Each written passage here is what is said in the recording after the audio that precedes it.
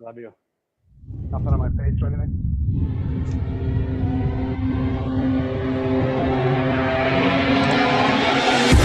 If your building is burning, I'll be the fire escape. If your room's full of smoke and you're starting to choke, I'm the mask on your face. If your windows are locked, I'll be the brick that'll break it away. You're all that I got. To save your life, I would race to my grave. When the weight on your shoulders goes from a rock to a boulder, I am one man, but I'll stand like an army of soldiers. I'll be the gun in your holster, I'll be the shield that blocks every sword. I'll be the steel the fires will forge to bring you peace. So I go into war, ain't afraid of the rain. I trained in the storm. I'll run to your rescue. I'll run to your rescue. When it all comes down, when it starts to fall like an avalanche, I won't be your wall. I will hold you up, go against them all. When it all comes down, I'll be standing tall. I'll run to your rescue.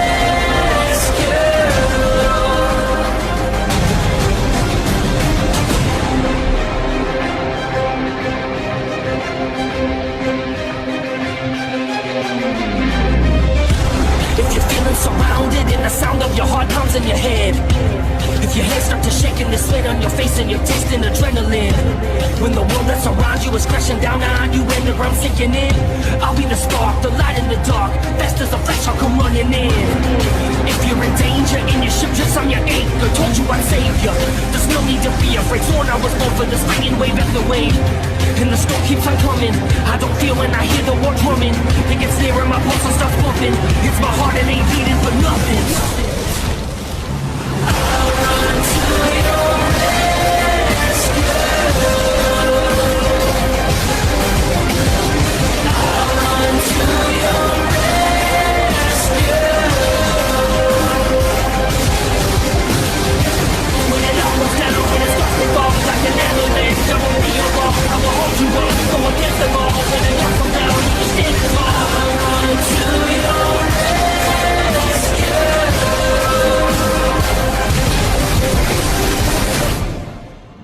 I'll set you free when you're locked in a cell. I'll find you heaven when you're lost in hell. I'm your guardian angel, a part of you's tangled. That stripes from a war that you wear like a bangle. Walk through the jungle, don't worry about trouble. I got a force surrounding me in a bubble. I'll jump in the rumble, I'm ready to kill him. When everyone wears a mask, who's the real villain?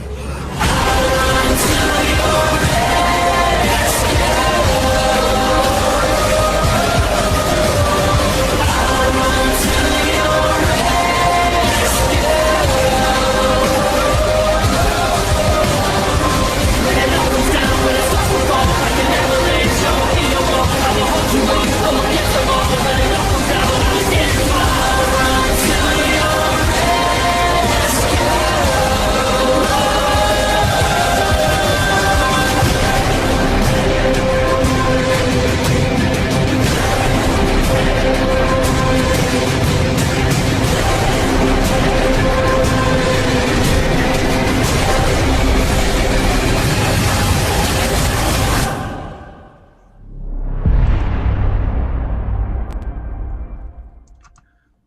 Well, hello.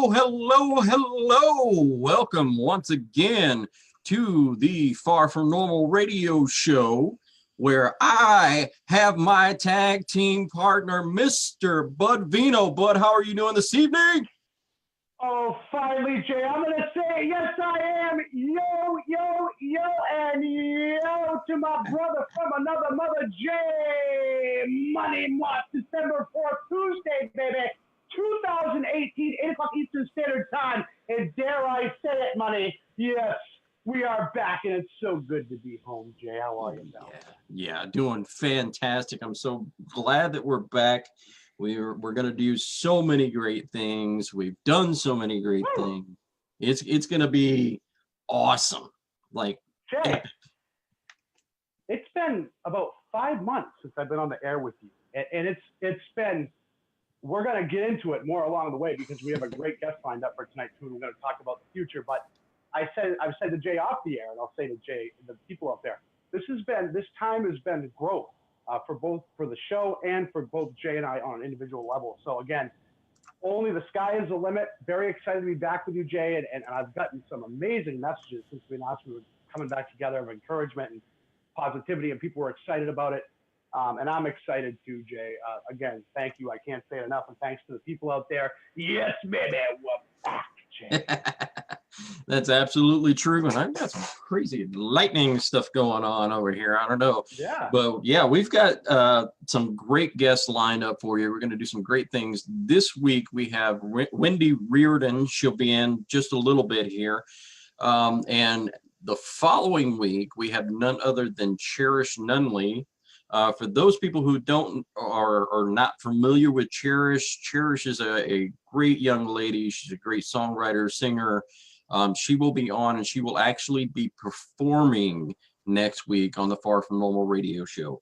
Awesome. Oh, baby, Jay. And we'll give a shout out to Cherish out there. Yes, I've gotten to know Cherish a little along the week. She reached out last week, as you know, Jay. Mm-hmm. And we hit it off right away, as you said. She's very talented. And I know I sent you that clip in the private message, Jay, to give you a little glimpse a few days ago. And I know you were blown away as well. She's very talented. And it should be noted, again, because we always tie it in, Jay. Yes. I won't get into too much of her story, but it does correlate. You'll see how it all comes together next week. She's an amazing, I say girl, amazing woman. We're old, right, Jay? So we say girl. Oh, yeah. So no disrespect, Cherish. She's awesome. She does a lot for children. She has, I will say, used her past to make her future better, as opposed to being a victim of things. She's used it, and she's turning it into gold. She's amazing. As I told her, the sky's the limit. Her attitude and her energy, she can't be stopped. And I'm proud we're having her on, Jay. Yes, absolutely. It's going to be a fantastic time next week, and we're looking forward to that. But this week, we have got the return of the Far From Normal radio show. And let me tell you something, we don't have some of the co-hosts back on that we did have in the past, but we're going back to the original where we started here, and we wish those people who were co-hosts nothing but the absolute best. They're going to do amazing things in the future as well. Yeah, and I'll say it like this, Jay, because again, we have a lot of love for everybody that we came up with. So I'll say it just like this. To our sister from another Mr. Jesse Weiner in Florida. We love you, kid. She's just moved up in for American Speak Will Share Parenting. She's moving up there. She does so much for everybody, and she was great on the show. Pete, the real deal McNeil. I know he's got exciting things in the future, Jay. And we give a shout out to Pete. Neely, the power forward Petrie, will give a shout out to. Thanks for all your help here, and everybody working behind the scenes that's come on with us and assisted us and moving forward and helping. And that's what it's about, Jay. And the one, the only, Mary Jane Rutledge, who is still on with us, doing the same behind-the-scenes things with a little bit more, Jay. Yeah, she's going to have a few more added responsibilities and duties because we're going to be obviously indisposed during the daytime, so she gets to do a lot of the follow-ups with the guests that we're going to be having on, or maybe some of the reaching out that we're going to be doing. So we're going to be trying on this show, and like we tried to explain a little bit earlier, there will be different shows on semi-similar kind of network type deal. So, but each show is going to be on its own, compartmentalized. So what happens and is said on that show is the duties and responsibilities of that host and those people that are working for that show. We're going to be doing ours, and we'll be responsible for what we do and what we say on our own show, and that's it. And that's the best way to compartmentalize things, is to make sure that, you know, it's this show is responsible for this activity and this show is responsible for that activity, and that way we don't have an overflow going on. Maybe the opinions and thoughts or ideas of certain individuals on certain shows will be different than ours, and that's certainly fine. Everybody has to respect everybody else, and that's a big thing. I can barely take responsibility for myself, so yes. So, absolutely. And Jay, it's great. I think this is going to be wonderful. Again, we're back and better than ever. It's been all about growth, and for the people that are wondering, maybe people that haven't seen the show before, oh my gosh, can you imagine that? Oh, wow. Or the people that have out there, It's going to be much of what it was before, but just bigger and better. We're going to focus on education, empowerment, positivity, and real solutions. Yes. And again, the focus always trying to go back toward the parental equality movement, That's great. and equal shared parenting and things like that. It's about empowerment, folks. A lot of this stuff, Jay, we've said before, even if it doesn't seem like it'll correlate, but the self-empowerment stuff goes hand in hand Yes. with your ability to fight something and win. Because if you don't believe in yourself, you will not win, no matter what it is in life, whether it's you want to talk about a physical fight, whether it's a one in family court, or whatever the case may be. If you don't have that mindset of I am undefeatable, genuinely and benevolently, you will not win. So we're going to, again, focus on that, Jay. And I couldn't be more excited. Again, you mentioned Wendy, and you gave me the proper pronunciation as I asked, because I forgot to ask Wendy when I spoke to it. It is Wendy Riordan. I thought that. But we've had guests on the show before, Jay, where we thought we absolutely knew the name, and then even after the show, we were like, oh. It's always worked out great. And Wendy, again, I spoke to earlier today, and we're going to have a lot of fun. Actress, very talented. Yeah, a lot of energy. And I told her, I said, I guarantee you, and I said the same thing to Cherish, I promise you, when you get off the air with Jay Money Moss and I, you will feel good and you will be smiling. Absolutely. Absolutely. Yes, and Wendy Riordan has been in so many different things that probably didn't really realize. She was in a TV series called Kick It, which was kind of, I think it was on the Disney Channel for a while there. Yeah. She's been in a short film called Via, Hulk Kills Randy. She played an attorney, so she's even done that. Her latest work that's on IMDb is actually The Escape Artist, but before that, what was that? I'm gonna check out the year. It's been a while, but she was actually in the TV series Prison Break in 2005, 2006. So yes, amazing actors. I did see that. My assistant, my wife Allison, wrote this down to me earlier. She was taking notes for me, and I had seen that anyway. I know that show Prison Break is pretty popular. Yes, we'll definitely get into that. And again, Money, it all correlates, and people will see how during the interview. She's a very empowering person. Yes, and her energy, as I've said, Jay, is palpable. Absolutely. You know, we've got a lot of people that are going through this right now, and bringing back the Far From Normal radio show is a great avenue for us to bring out the empowerment aspect that you need when you're going through these issues. We've got so many people who have come along the way who say, how do you get over being either put down, or how do you get out of your depression, so to speak? Those are good questions that you want answers to, and those are the kind of things we're going to answer on this program, because that's what we do, is we empower people. And the first thing that I would say is, if you're going through a depression right now, understand that, number one, it is okay for short-term medication if you need it. If you really need it and you need to see a doctor, you can do that. I would encourage that sometimes. I would not encourage it all the times that medication is the answer. I would say that learning how to put one foot in front of the other and concentrate on what you need to do today. Don't worry about next week. Don't worry about next year. What do you need to do today to get through today? That's the first thing you need to do. Don't worry about what other people tell you or talk about you. It doesn't matter. You need to concentrate on yourself and how do you get through the day, one day at a time. Absolutely, Jay. One foot in front of the other. Sometimes, first of all, I'll go back to what you said about medications. You know my opinion on medication. I'm not a big fan. I agree with you. Sometimes when things are traumatic, when you're relying on something and you have to have something in order to get through your day, there's a problem. Again, sometimes, as you said, Jay, they can be helpful, but my personal opinion is it doesn't allow you to address the actual underlying issue. So again, as long as you remain cognizant of that, if that's what you're doing in the short term and you're directed by a doctor, physician, someone that you trust in terms of an actual has a medical license, then absolutely, by all means. But again, you've got to go to that core, Jay, and that's what we do here at the Far From Normal Radio Show is we try to go into that core. And when Absolutely. I say that, Jay, absolutely, we all hurt. And Jay and I are going to go into, Jay, we talked about this reunion show, and I said, Jay, what a great opportunity, because we've said all along, even with friendships, the bumpy roads, whether it's, professionally, personally, whatever it is.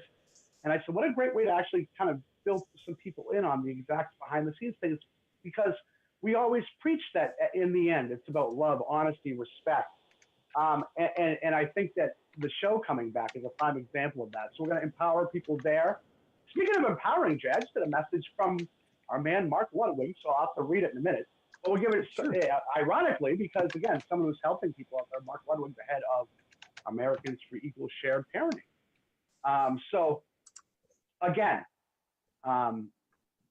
it's going to be amazing all the way around. Again, we hit what we try and do too in terms of empowerment. As we said, we try to hit those issues that are tough to even address sometimes, and how to address them. I know, Jay, as men in the society around the world, a lot of times we're supposed to keep things inside. We're supposed to be quote unquote tough.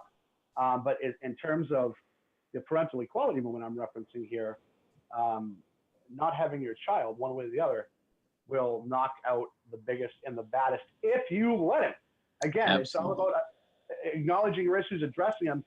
The best revenge is living well. The best revenge is being happy.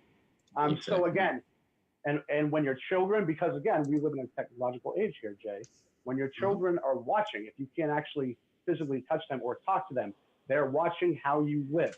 And whether you like it or not, they're going to emulate that, or that's what they're going to see of you. So be happy, be proud of who you are when you look in the mirror. That's what it's all about, Jay, at the end of the day. Absolutely, 100% here. And what we're going to do now is go ahead and bring in our guest, who looks like we are just getting in here.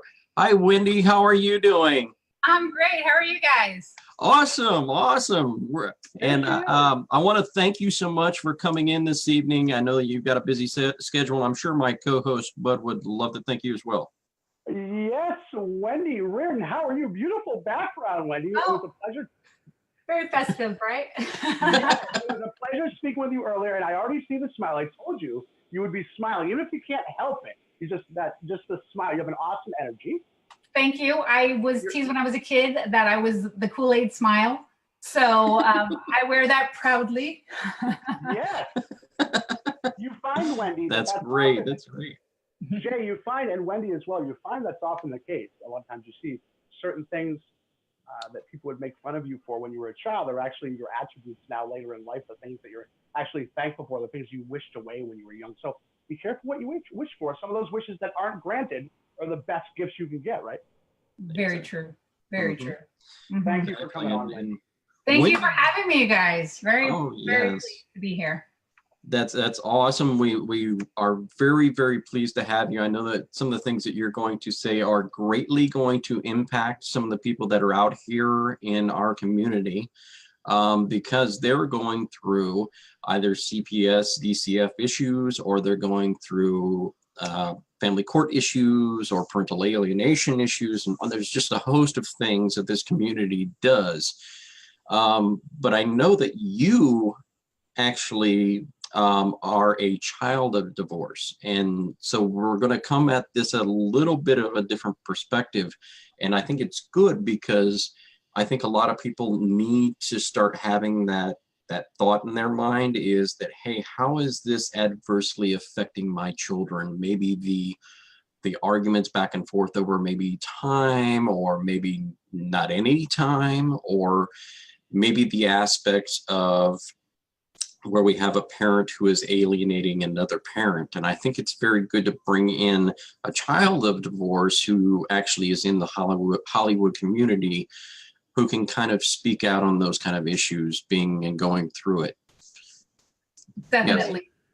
I'm sorry, if I could quickly, I want to add to that. I know we had spoken, Wendy, about you and I had touched on having both experienced that when we were younger, how it might have affected the different relationships along our lives, how we might have reacted because of those past things. So thank you. Yes, absolutely. Yes, definitely. Thank you. So I wanted to first off, start by saying, you know, being a child of the divorce experience, and what was that experience like for you in your life, and some of those, maybe those relationships that were possibly torn apart because of maybe trust issues or whatever maybe. Yeah, you know, I mean, it's hard enough in life just as being a kid and being insecure and finding your way and finding out who you are and who your group is and what you want to do. I mean, there's just so much. And the people who are always supposed to love you no matter what and have your back no matter what are your parents, your family. And so it's hard when, you know, if parents pick favorites or say things, which, you know, kids hear everything. And even when we pretend like we're faking it to them, they get us. I mean, they know we're hiding something. I think that we're fooling ourselves when we think we aren't. They are so open emotionally to everything we go through, even when we don't say it with words. And so, man, you know, being an adult now, I look back on it and I know for me, even having issues in my own relationship, like I chose different paths because I was a child of divorce, and it made me think differently than somebody who maybe had family that were always together, because I knew how it would affect me as a person. And it has, you know, I had dealt with a lot of insecurity issues, feeling like I wasn't worthy, feeling I was maybe the reason my parents got divorced. I was the cause of it. And just hearing things, either intentional or non-intentional, that were, you know, could be a bit rough, like belittling or degrading to another parent. And whether it was said and I was supposed to hear it or I wasn't, either way, it hits you, because you don't get to choose your parents. Parents get to choose each other, but you don't choose your parents. And you want to know that they have your back no matter what. Even when they're not happy, you are the reason. You know, you want to know, like, you're not a mistake, you're not a problem, you're not an inconvenience, that you are not an accident, you're here for a reason, and that they'll love you no matter what and have your back. So, and especially in today's age with social media, so many times, and even just for me personally, that if you have an argument with somebody and you post something, once it's there, it's really hard to get it back. And it's brutal enough for kids with school and bullying. And like I said, finding their way, and now people being able to express themselves differently. It's so hard going forward, knowing that your parents don't have your back. Now, they might not have each other's back, and that's fine.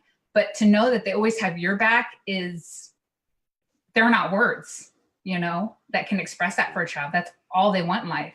They come out looking for that from their parent. And, you know, I always just say, try your best to make sure that you can give that to them. And nobody's perfect.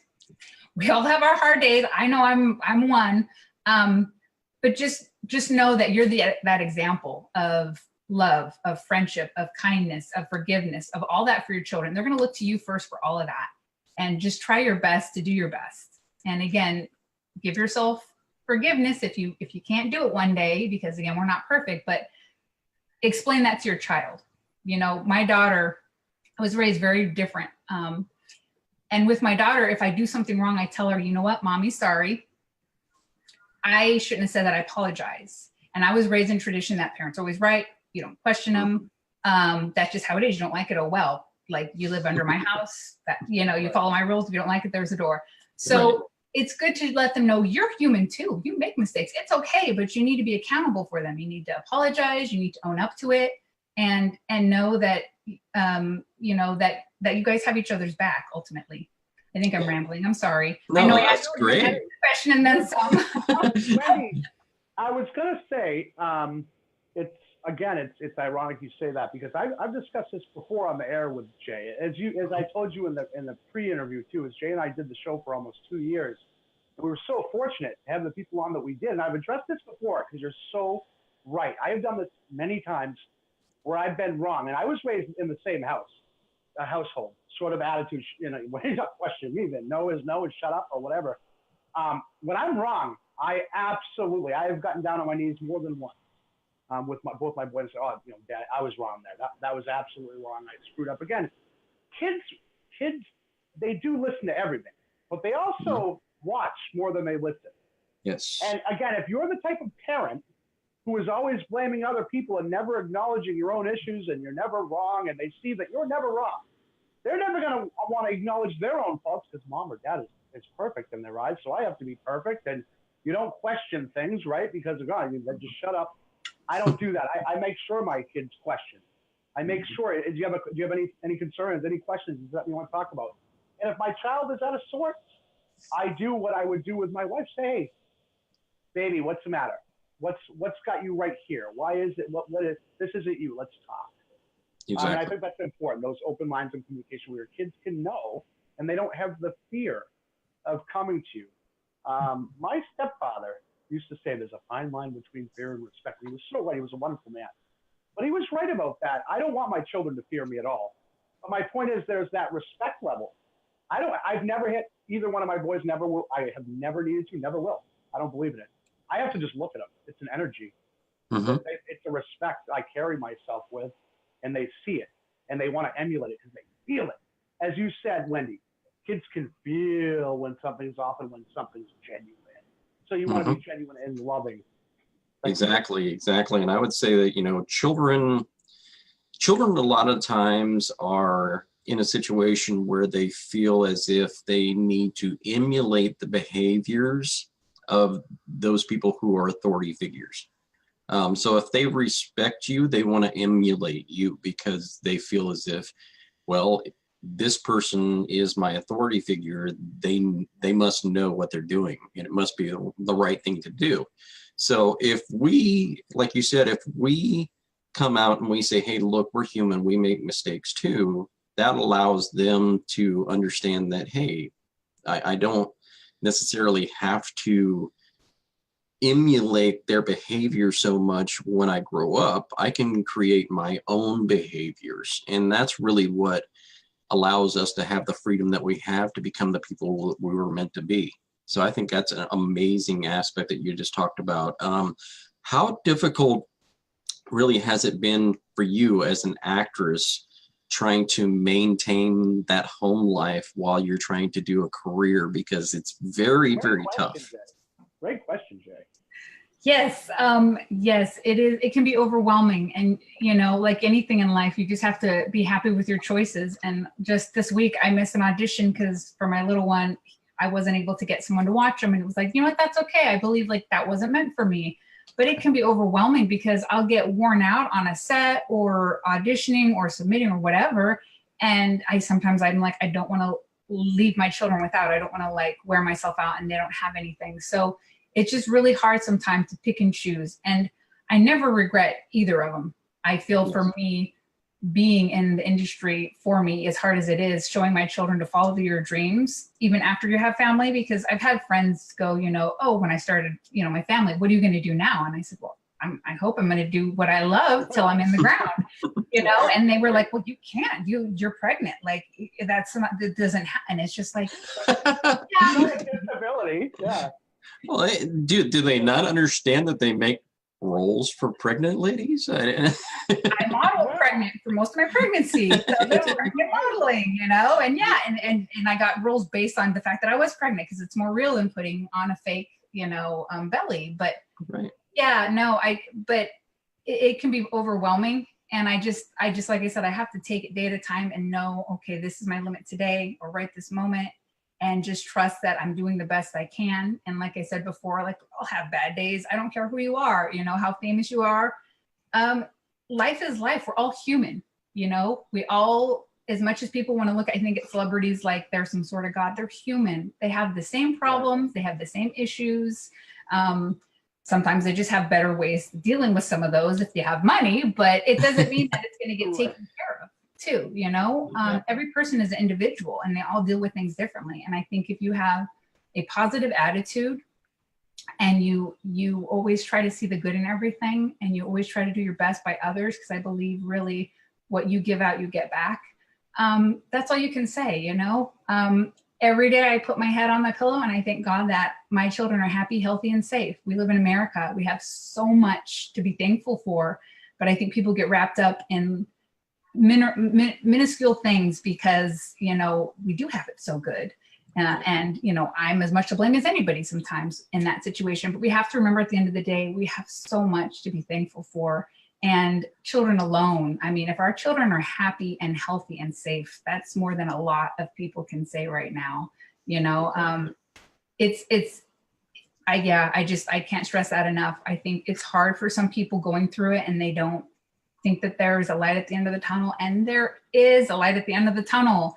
And if you have children, the light is already there. All you have to do is help walk them to the end of the tunnel, because these wonderful people are going to be with you for the rest of your life, and you're going to get to see you in them growing and see how they mature and develop as individuals. And hopefully you'll be proud of the individuals they become. And you get to see that. So yeah, I mean, I got to be honest, being a parent is the roughest job ever. I don't care what anyone says, but it really is. If you're doing it right, you know, if you're really doing it right, the roughest job ever.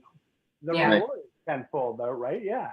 And yes. Wendy, I want to touch on just a couple things. Number one, thank you in reference to saying everything happens for a reason, because that is very true. So for those people that maybe missed an audition, we've said on the show before, again, the things sometimes that you wish for, sometimes you miss the audition, and you would have missed that phone call that came 5 minutes before you would have been auditioning from someone else as a bigger role or something that's even more toward your dream. So again, you have to trust that, as you said, Wendy, that's the key word, trust that. And no regrets, that's another thing. We've said on the show, there's no such thing as regrets, only experience that shape us, make us, or break us.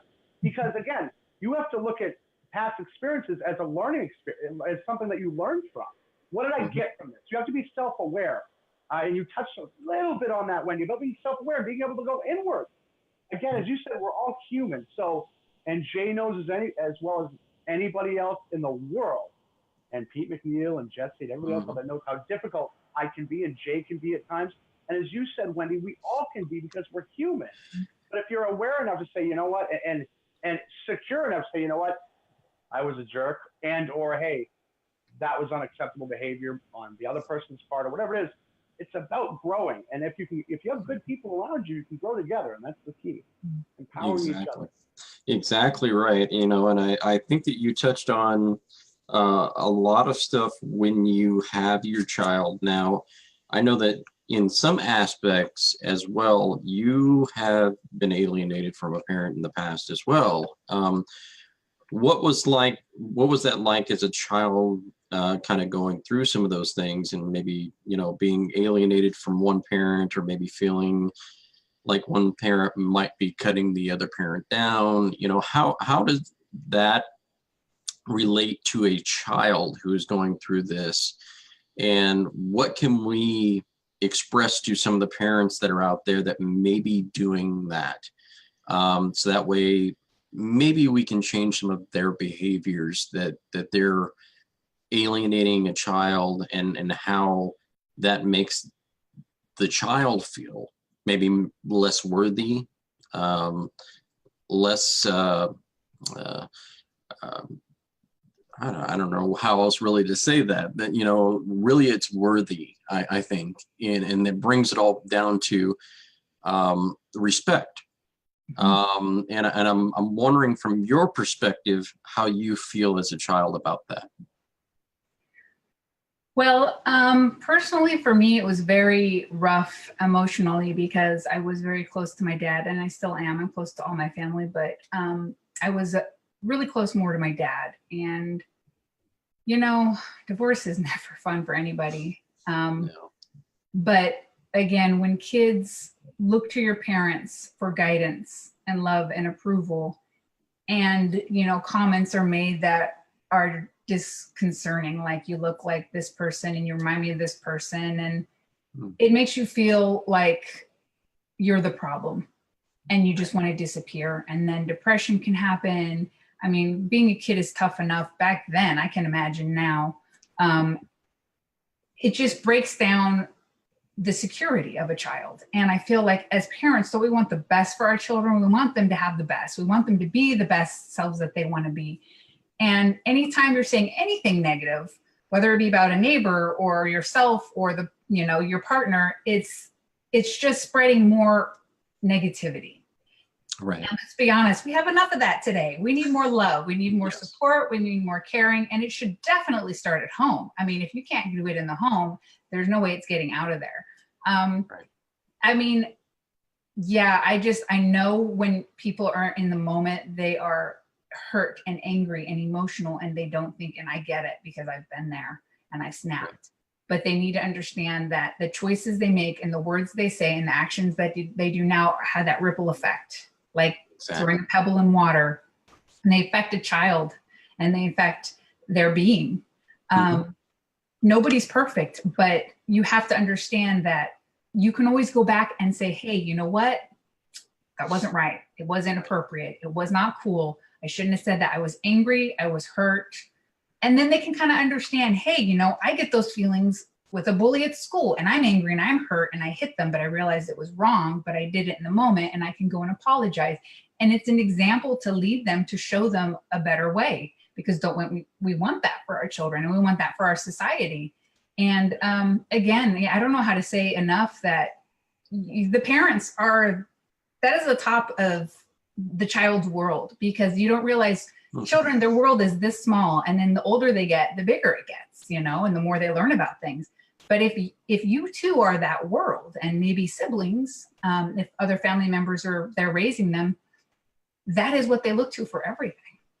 You know, just like daughters look to their fathers for a man figure, and the sons to the mother for a future wife. It's, you know, it's just how it is. Right. And again, you want the best for them. You want them to feel like they are loved, they are supported, because they are going to go out there and get negative people and get shot down and be hurt. So you want to know that they can bounce back, because they're like, well, that's fine, because my dad loves me, my mom loves me, and you know, whoever, my sister, my brother, like, I don't care what you think of me. I know I'm loved, you know? Right. Yeah. Wendy, quickly too, I think that's really important what you said in terms of relationships and acknowledgement, saying, hey, if you were wrong, saying, hey, I was wrong.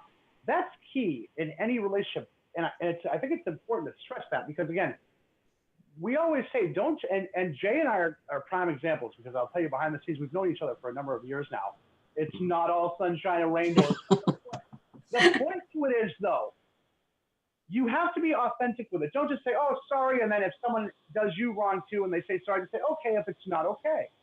It's key, again, you have to address what it is that's bothering you. Because if you're just like, okay, let's just keep being friends, that'll keep coming up and coming up and coming up again. It'll keep causing problems. It's just like in any sort of romantic relationship too.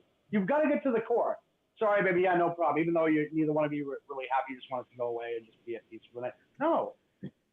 This, again, whatever the relationship is, whether it's, again, a romantic one or even with Jay and I, you want harmony, right? You want authenticity, because that's the only way you grow. So you have to say, okay, this is where I was hurt, or this is where I disagreed. And again, sometimes you have to agree to disagree on certain things. You can't always change someone's mind. So you have to be secure enough that you don't need to. Yep, you have to be secure enough that you're not worried about doing that. Again, you have enough self-love to where you say, okay, I can let certain things go. And if there's certain things you can't let go, you got to ask yourself why that is, in terms of what you're holding on to that power or control for. If that's what it is. Is it really, are you upset about genuine issues that are on the table, or is there something deeper? And that's the key to get to if you want success, whether it's relationships or just in this life in general, Jay. Right. Yeah, and I think that you're right. I think that we also mentioned way back in the past when we did the show before about the aspect of children and how children pick up on what parents say very, very easily. And a lot of the times when a parent is maybe talking about the other parent and they say something in a negative or derogatory manner, maybe the child is picking up on that aspect and saying, well, how do they feel about me then? You know, because I'm part of the other parent. Right. And I think a lot of parents don't stop and think about that.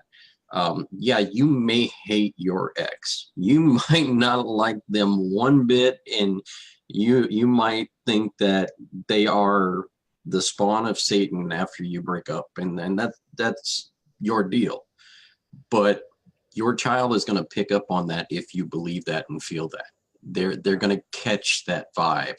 And so you have to understand that whether you like them or you hate them or you dislike them, during the time that you're with the child, you need to speak of and act of that other individual that you're in a relationship with, just as if they are your best friend. Maybe you don't, before you got together with that person, you were friends, right? I mean, you got along with each other, right? So why is it now that when you break up from a relationship, that you can't be friends any longer?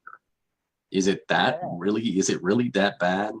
Or is it you're holding on to something that shouldn't be? That's important. And I think that's really important to address too, Jay. And I think, again, we've talked about this too, Jay, in this society, again, we live in. There's always going to be a winner and a loser, right? There's always going to be someone that was in the wrong. So we're always trying to prove that the other one, if it was a romantic relationship, the other one's in the wrong. No, you're in the wrong. Number one, if you're never going to get back together and you guys split up, you have to acknowledge why you're still fighting, because it actually makes no sense. You might as well slam your head against the wall because it's useless. And you're never going to convince the other person, nor should you try. So again, when you look at it from that perspective, you know what? Things just happen. People grow. Things just don't work out. You get in a relationship. There doesn't have to be a loser. Mm-hmm. We grew from it. And again, I've said many times, I said this very genuinely, I wouldn't have been able to years ago. Any person that I dated, any woman that I did, I would genuinely hug them now and thank them, because it's gotten me to this path. And you realize later in life that even the things I've said many times, I've had my head, I remember this specifically, Jay, in my hands. I've told this story, I won't get into it, probably 15 years ago, in my kitchen, thinking my life was over because of a relationship that had split before I had children. And really going, their whole family was my family. That's my whole entire identity was very, very much wrapped in that, because I lost my own. But I would genuinely thank her now and hug her very genuinely, because it led me to my wife, who will be celebrating our 10-year wedding anniversary this Thursday. Awesome. My beautiful wife, Allison. And thank you. And my two beautiful boys, Carter, who's going to be 13, and Mason, who is 8. And again, all the people that I've met along the way, Wendy, right now, Jay Moss, the show, none of it would have ever happened if that event didn't happen and make other things happen. So you have to, even in the moment, you said it, Wendy, it's the hardest thing to, in the moment, to go, think of the good, it's going to get better. All the struggles, I say, Jay, all the time, I say, even in my moments, what do I say, Jay, all the time? I'm just going to add to my story. It's just going to be another chapter in the book, baby. Just going to add to my story. It's just making me stronger, more untouchable, making me more undefeatable, making me more loving and understanding, Jay. Exactly 100%. And I think there's a lot of parents that go through this and maybe they don't see their children a lot or any. I know that you as a child, obviously going through some of these things, I don't know if you had a discord or weren't able to see a parent for a while. What are some of the things that you can suggest to children out there who are going through this? I know that depression's got to be there. That's an obvious. What are some of the things that you would suggest to children that are going through this to maybe keep a positive outlook and not be so depressed and have this anxiety over your head? Yeah, I guess in that case, it's hard if they're young, because you have to stay with one parent, and it's frustrating. And the court system, unless they give you the option to choose, you're where you're at. And I just tell people that, children, that one day you will be 18 and you will get to choose not only who you want in your life, but how much you want them in your life. And there's been times I've had to cut people out of my life, including family, that were not healthy and not positive. But being able to have the freedom to do that and be able to say, I don't live under your roof anymore in your house. I can make this choice. It was like mind blowing, more for them than me. But because I knew this day was coming, but it was like, and even now with my children, being able to say, no, we don't do that. I think Bud said, like, I don't do spanking, I was told what was good enough for you. And I'm like, I respect that. And I honor the choices you made as a parent, but you need to respect that I am now the parent and I get to make the choices, Exactly. Driving and doing the cell phone, you pull over, like all that. And it's hard, I think, for parents, because they do see themselves as the hierarchy there. But then when you become your own, it's like, and it's a good lesson to learn, that they need to know the bonds you make now with your child are going to affect the rest of your life. Do you want to be invited to holiday dinners? Do you want to be around your grandchildren? Do you want to see your children once they become old enough and have the choice? Or, because if so, then you need to make those bonds now, and they need to be positive. Depression, yeah, man. Again, there's no words I can express to explain to parents how hard words are on children already. But when they come from you, they are everything. And again, you may not like that person, but if you have children, then you got something good out of it. Mm-hmm. So be thankful, because first off, there's a lot of people who cannot have children. And second off, there's a lot of people who have never found that person and want children, and yes, I know there's other options, but if they want to have their own, then some people don't realize the gift that is, especially if your children is healthy, and you're able to do things with them. And the children, I just say, you're loved. You're not a mistake. You are here for a reason. And if you need to go to wherever you need to go to, I like to go to books. I got into theater to express myself more. Whatever you need to do, if it's healthy, do it. You don't need to have your parents like it if it's not, obviously, if it's healthy, it's not hurting yourself. And that's okay, because this is part of your individualism. You get to choose what you want to do. I was a big book nerd and I got teased all the time. I love comic books, which is awesome. For girls. So I got teased a lot. I was a tomboy. I went to the gym with my dad because it was time for me to be with him. But I did it. He did it as, oh, she wants to go. And I was like, sure. Yeah, sure, Dad, I want to go. I want to be with you. Mom lets me go.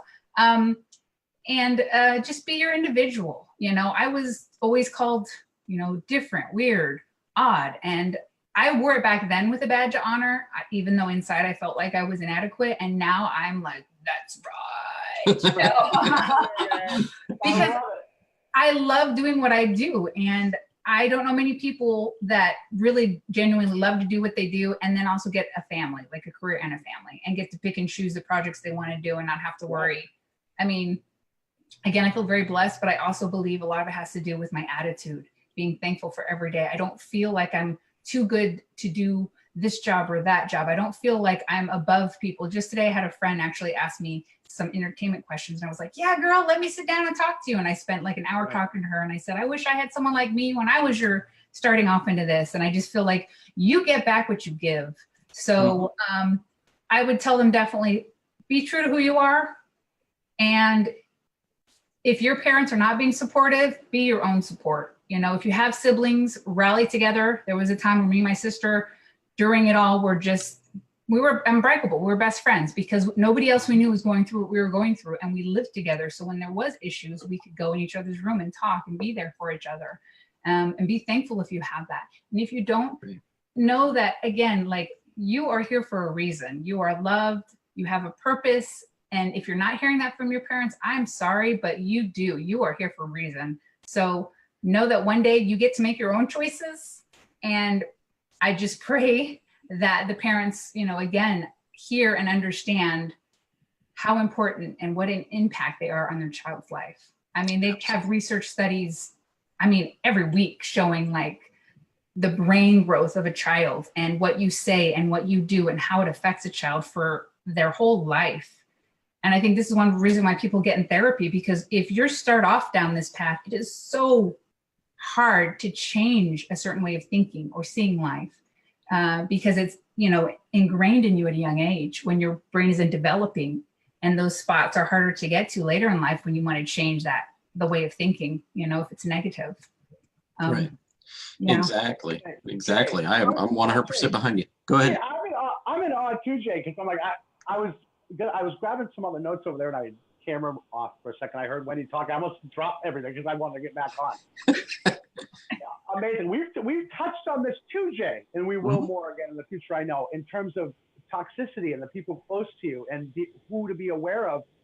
And you touched on family members and close friends, I know sometimes. And Les Brown talks about this too, Wendy, about those are the ones that can hurt you the most sometimes. And sometimes it's hard to see that because, again, as adult children, sometimes if it's your parents, you still sometimes, even if it's subconscious, you want that approval. You doubt yourself because you've listened to that your entire life. You don't really know how to think on your own until you're aware that you've never really been thinking on your own. But again, what we've talked about before and what Wendy's talking about was very important, folks. It's very hard, but you've got to draw lines and boundaries. You've got to have boundaries and very definitive lines of what you will and will not accept. As Wendy said, if you have children out there, if you're a parent, you're now a parent.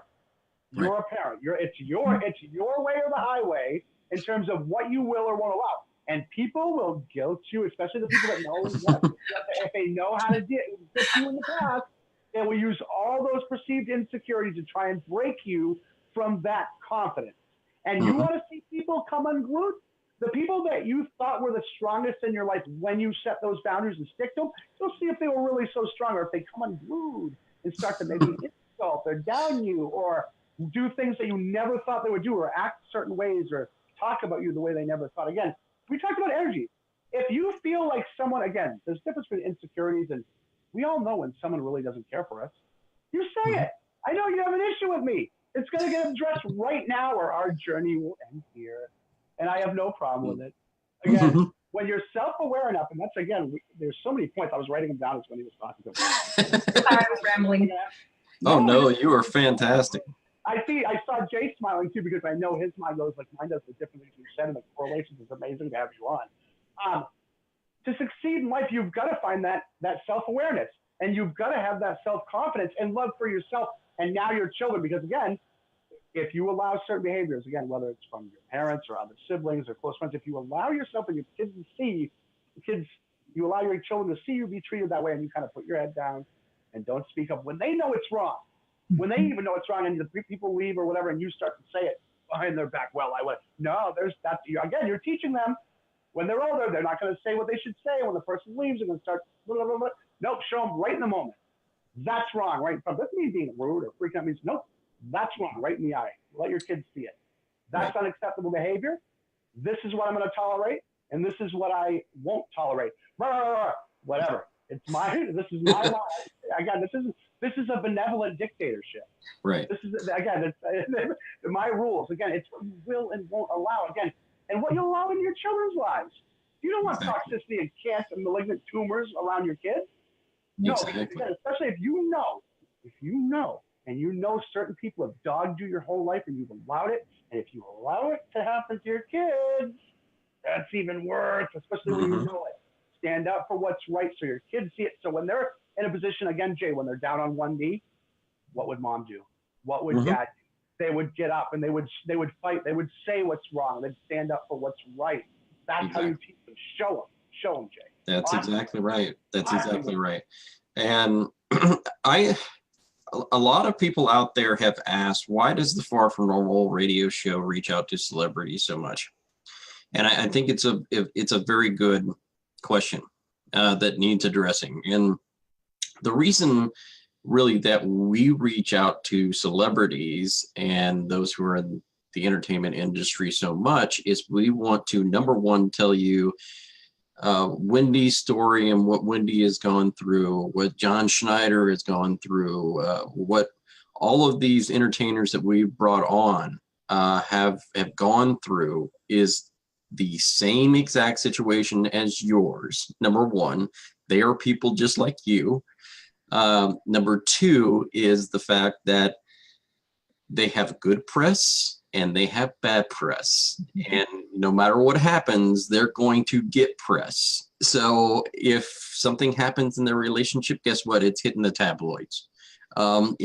Make Wendy really worried now. And you know, if there's something good, they're hitting the press, no matter what it is. And so I think that the press really relates to celebrities because they're already out there, and that's a good aspect for us to reach out in the celebrity community and draw people in because of the fact that their stories are just like us. They go through the same things that we go through. And you know, and Wendy, you've gone through some other things that we won't even talk about. But, you know, it's the same aspects that we all go through, except for the fact that when you stand out there and you say, hey, I support your parenting, or hey, I support this, or hey, I support that, that can get out into the press, and it can really help a lot of the people whose stories out here in we may say reality land, but they live in reality land too. I don't live in that. I don't live in, no, I don't live in that. I don't like that. But the thing is, it's going to get our stories heard if we support people like Wendy and what she's out there doing. If we support her, she gets heard, her story gets heard. It relates back to us because the press will investigate. They will investigate a story. If I could, and to sum it up too, is again, the connections we've made over the 2 years. Again, we're very honored to have Wendy on and the people that we've had on in the past. Thank you. Thank you. And what it does, it gives us that exposure that it, in terms of the voice, in terms of the movement, the parental equality movement, that again, we've talked before, we've never had him on yet, Brad Pitt, the issues that he's going through. We've had people on like Patty Thompson, who's been on Seinfeld and designing all those different shows and movies. We've had on, Natasha Powell that you guys, we've had on before. People like that, again, to show that we're all human in that way. And we also have people like, I'm not even naming anyone real, well, there's a million of them, but John Smith. We have people on Everyday People too to show that correlation and to get those voices out. I've said to my wife many times, and I've said to anyone, I'll show them. I don't care if you wear a $10,000 suit or you're homeless. It's the person you are. And if you're a piece of garbage with that suit, I'll walk right by you and pick up that homeless man in front of the crowd and pick him up and bring him right past you and eat with him proudly in front of you. Again, or if you're a good, again, it's not all about those clothes either. The bum could be a real asshole. That could be why he's homeless. Again, but again, what my point is, it's the person that you are. And if we get that nice mix and show that we're all human and we get that exposure and the voice out. We talked about Mark Ludwig, who does Americans Who Will Share Parenting, and the work that he's doing federally, Jay, to get the word out and actually presenting bills and things, making changes throughout the different states. I'm fortunate to work on his New Hampshire branch of New Hampshire, Americans Who Will Share Parenting.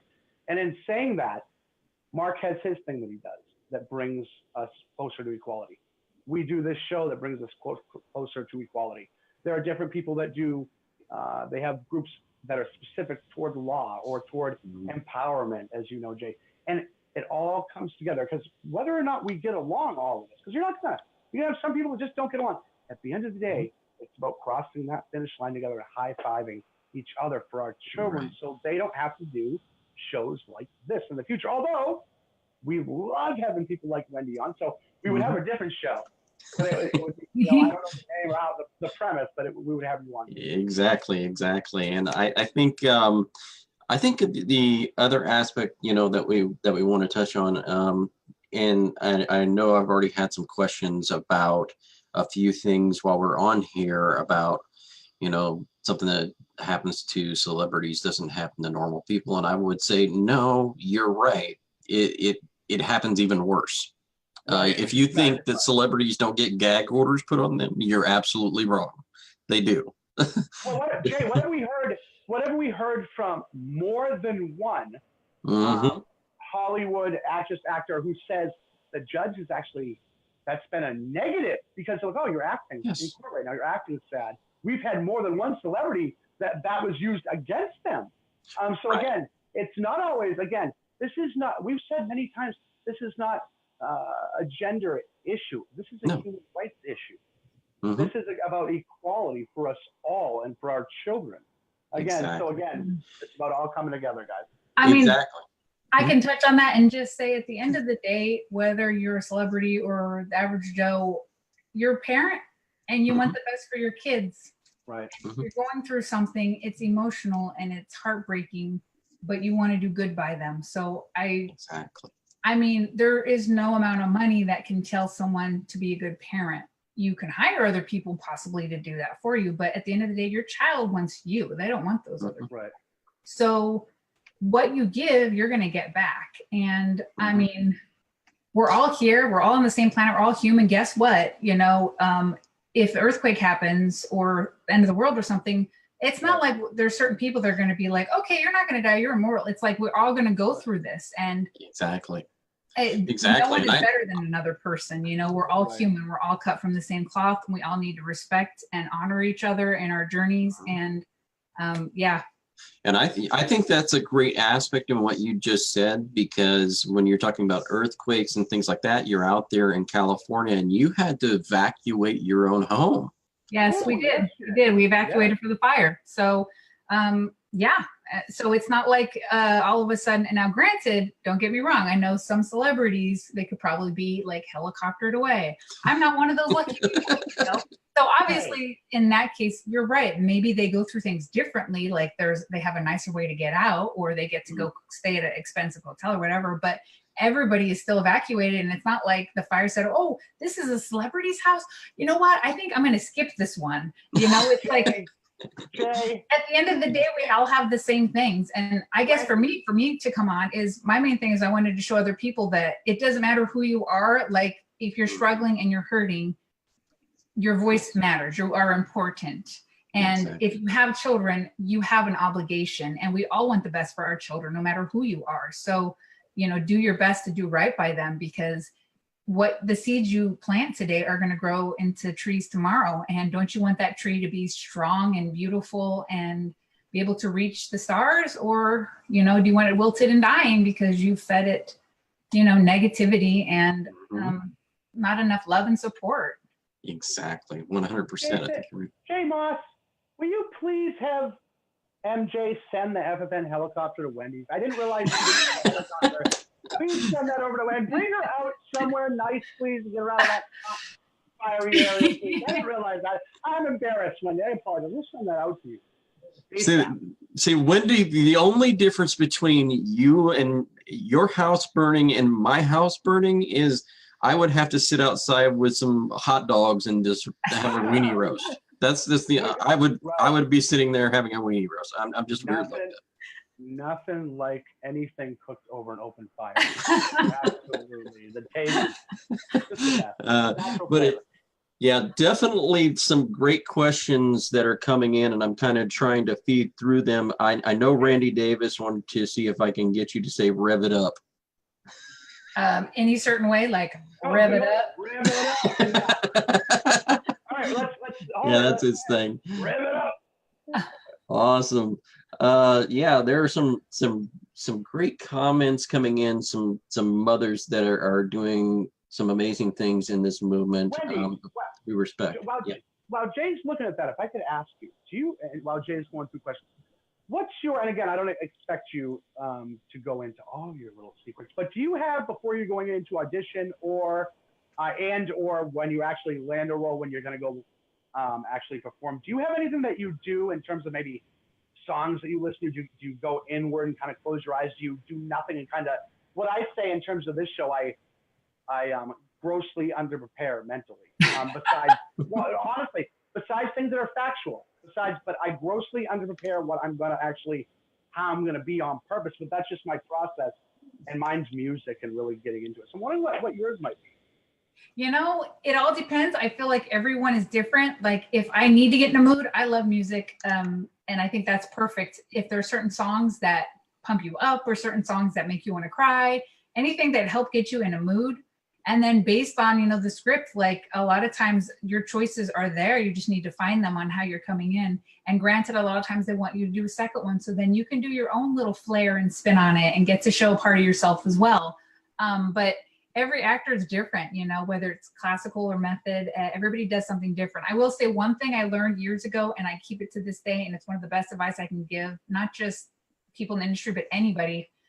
When you go into an interview or to meet new people or whatever it is, or an audition, you do the best you can and you leave and you don't expect anything more. You don't worry, you don't ponder, you don't think, when am I going to get a call back? Or was that good enough? You don't beat yourself up. You have your time, you shine, and you move on, and you say, if it's meant to be, it's going to work out. And if it's not, that's fine. I got to come, I got to do my thing, I got to show my stuff. And I'm thankful that I have another day above ground.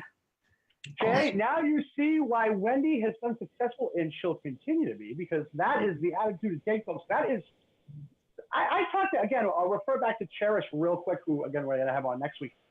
I've said many times, the secret, the quote unquote, a lot of people have seen the secret, or LOA, law of attraction, is that there's really no secret, right, Wendy, that it's so right in front of us. It's so simple that a lot of times people look right through it. it really is about that. Everything that we've talked about, and that sort of self-awareness, and that sort of just genuine benevolence and acceptance, and also inner strength to be able to pull it all out. This has been an awesome show so far. Quite the reunion, Jay. And again, with when I was referring to Cherish, and I believe that's her stage name as well. But I want to just make sure that Cherish Nunley, yeah. I believe actually that's her real name. She's using a pseudonym name for her family for Facebook, so that she can talk through Facebook. So great. Well, she and I talked about that too, law of attraction, and again about that, the secret, and about that self-love and the things that she's been through too. We see a lot of these things where people that are successful, and again, I mentioned success. Success to me is inner peace and happiness. Because again, that money will come if you have that success. People that have a lot of money too aren't necessarily successful. That's a fact. But if you have that self-awareness and you use those things that we've talked about before that you were embarrassed about in the past as strengths, even in the moment right now, people might be like, say, even right now, let's say I'll never even be able to discuss that, let alone be proud of it. You will be surprised. We say all the time, things can change in an instant, and they do, and that's a fact.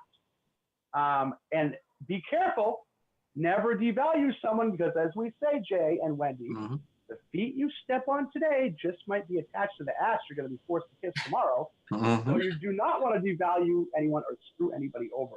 Again, that's the key, again, is being authentic, Jay, and Wendy. Exactly. And that's got to be even worse for Hollywood, I would think, because, you could, be in a film with somebody and you think they're the awfulest person in the world and they're not good at all, but maybe they're on the casting for producing or something on the next film that you're going out for. Or they're related to someone in casting or directing or producing, and you got to watch your toes, because if you say something, it's going to get back. You don't know. I mean, I think the general rule is just treat everybody as equals, again, because we all are human. We all have so much time on this earth, and then we're gone. So, and nobody knows when that is. So it could be today, it could be tomorrow. So live every day like, hey, I might not get it tomorrow, so I'm not going to regret today. And think, a lot of people think, well, I'll forgive them tomorrow, or I'll talk to them tomorrow, or, I just don't want to deal with it right now. But it's like, that's not guaranteed. You never know. So, again, no one's perfect, but just make sure that, like Bud said, like the toes you're stepping on, it's very true. It's very true.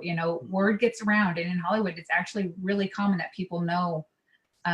They hear things and it gets around, and then once it is, it's like, it's out there, just like on social media. Like nowadays we live in a society where everything is, attainable, and good and a bad, Exactly. And how actors get so-called blackballed in Hollywood is a lot of the times their own undoing.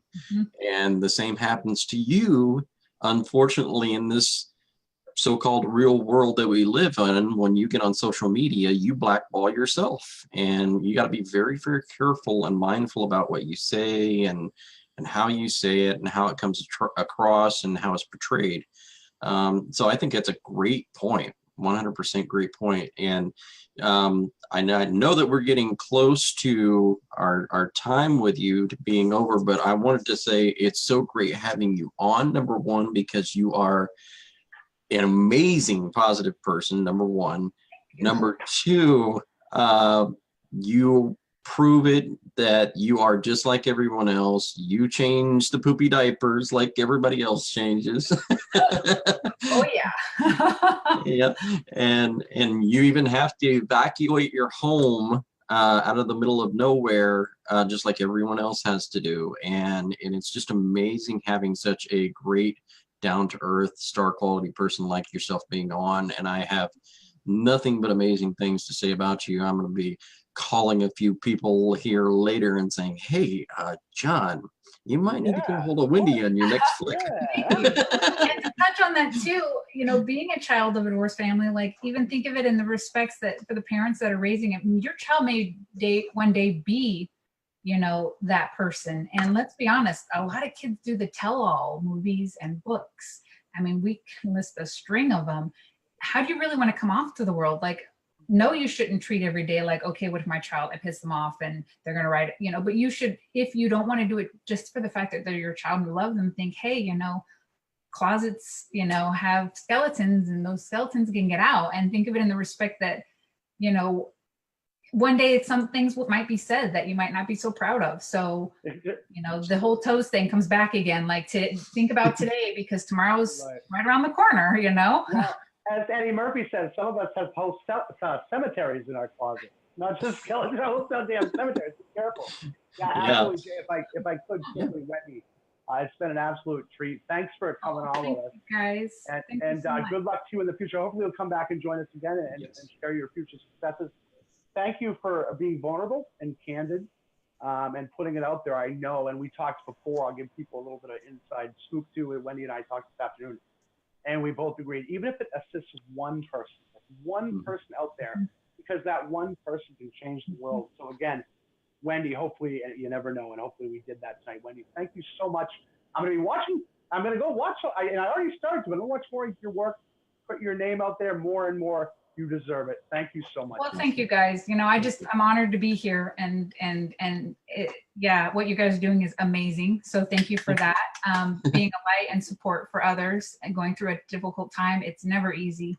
So when you don't feel alone, you don't feel as crazy, you know, you don't feel like, and if you are, you're like, well, if I am, I'm not the only one. So it, you know, makes you feel a little better. Right. Exactly. Nutty, right? Well, Norman Bates, what's the Norman Bates quote? Jay, we all go a little mad sometimes, haven't you? 1960, Alfred Hitchcock. Exactly. And, you know, I'm glad that you came on because, as we say, you know, on every one of our shows, and I have to allude to, it's okay to be far from normal. So I've been all my life, and I wear it like a badge of honor, you know.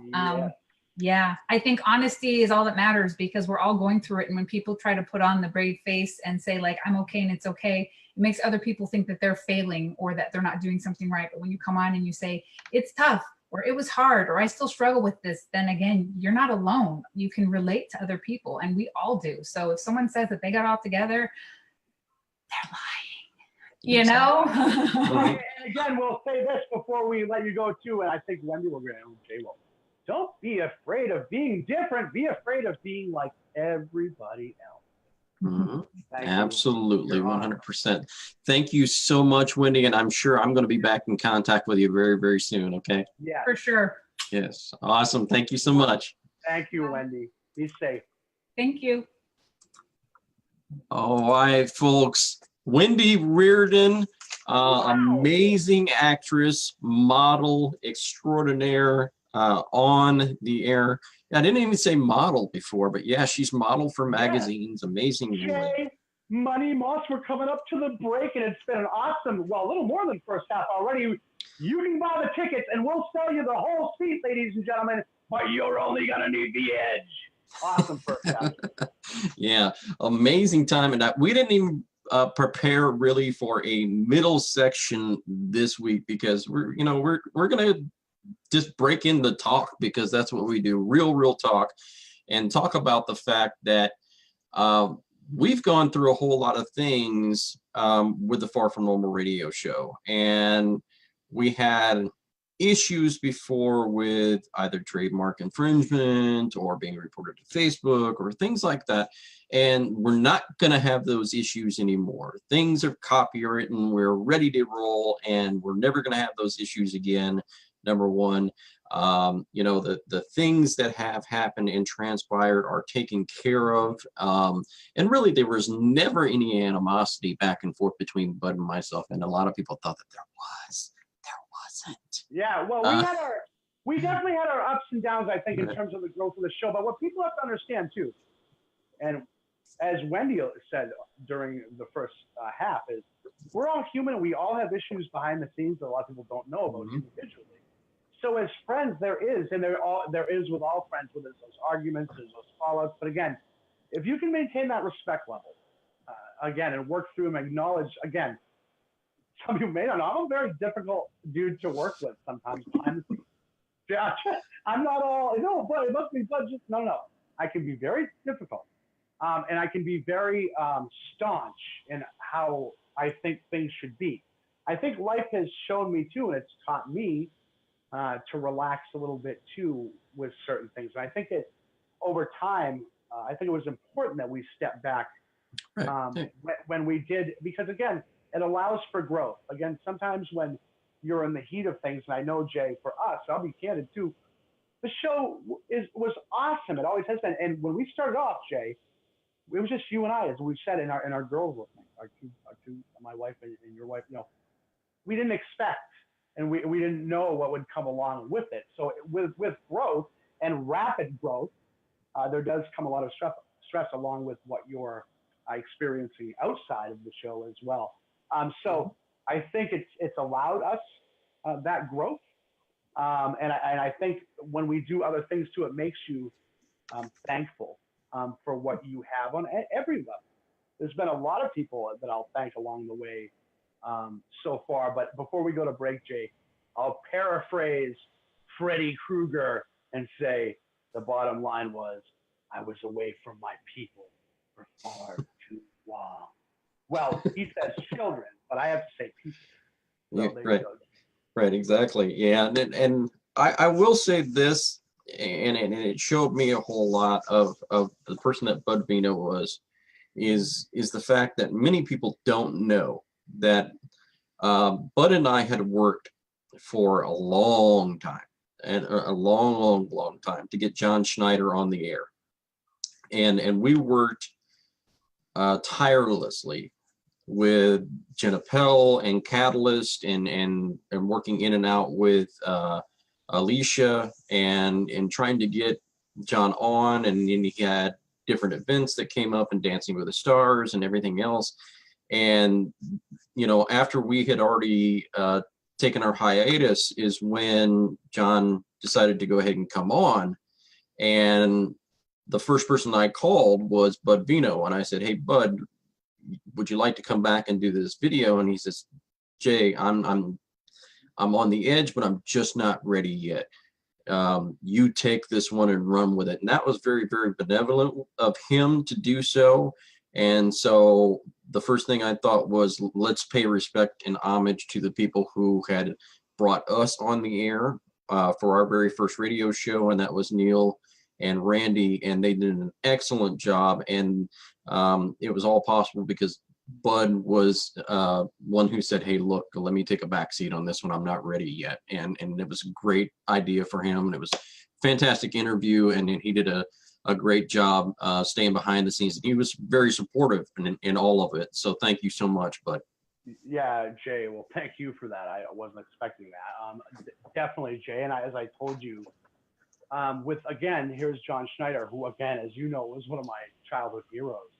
And I'll say that very candidly. I'm a big, still am, Dukes of Hazzard fan. And in saying that too, you and I had been apart, and I didn't want to take any steam away from that interview. Not that I'm at all comparing myself with John Schneider or anywhere else. But what I'm saying is, I didn't want there to be a side note.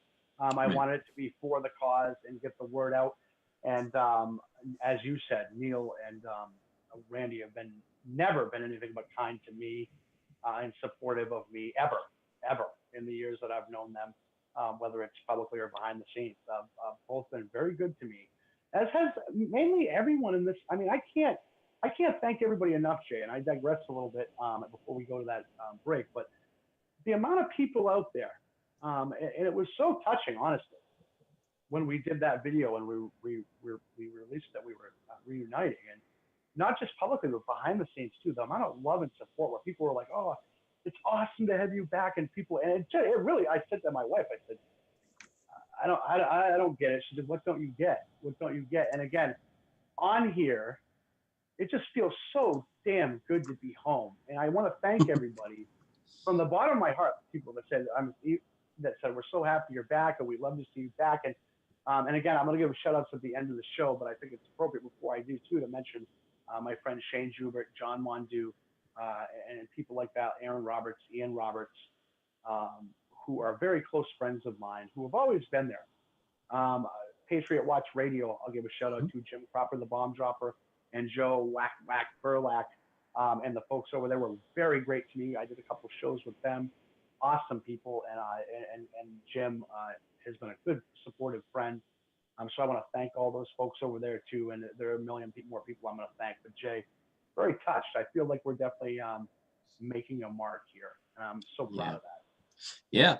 Yeah, it's just amazing, you know, and yeah, definitely if you want to go ahead and take a break there, that would be great. And I'll see if I can figure out how to roll back in here into the birthdays, and I'll mention a few here. Yeah, while I'm on here.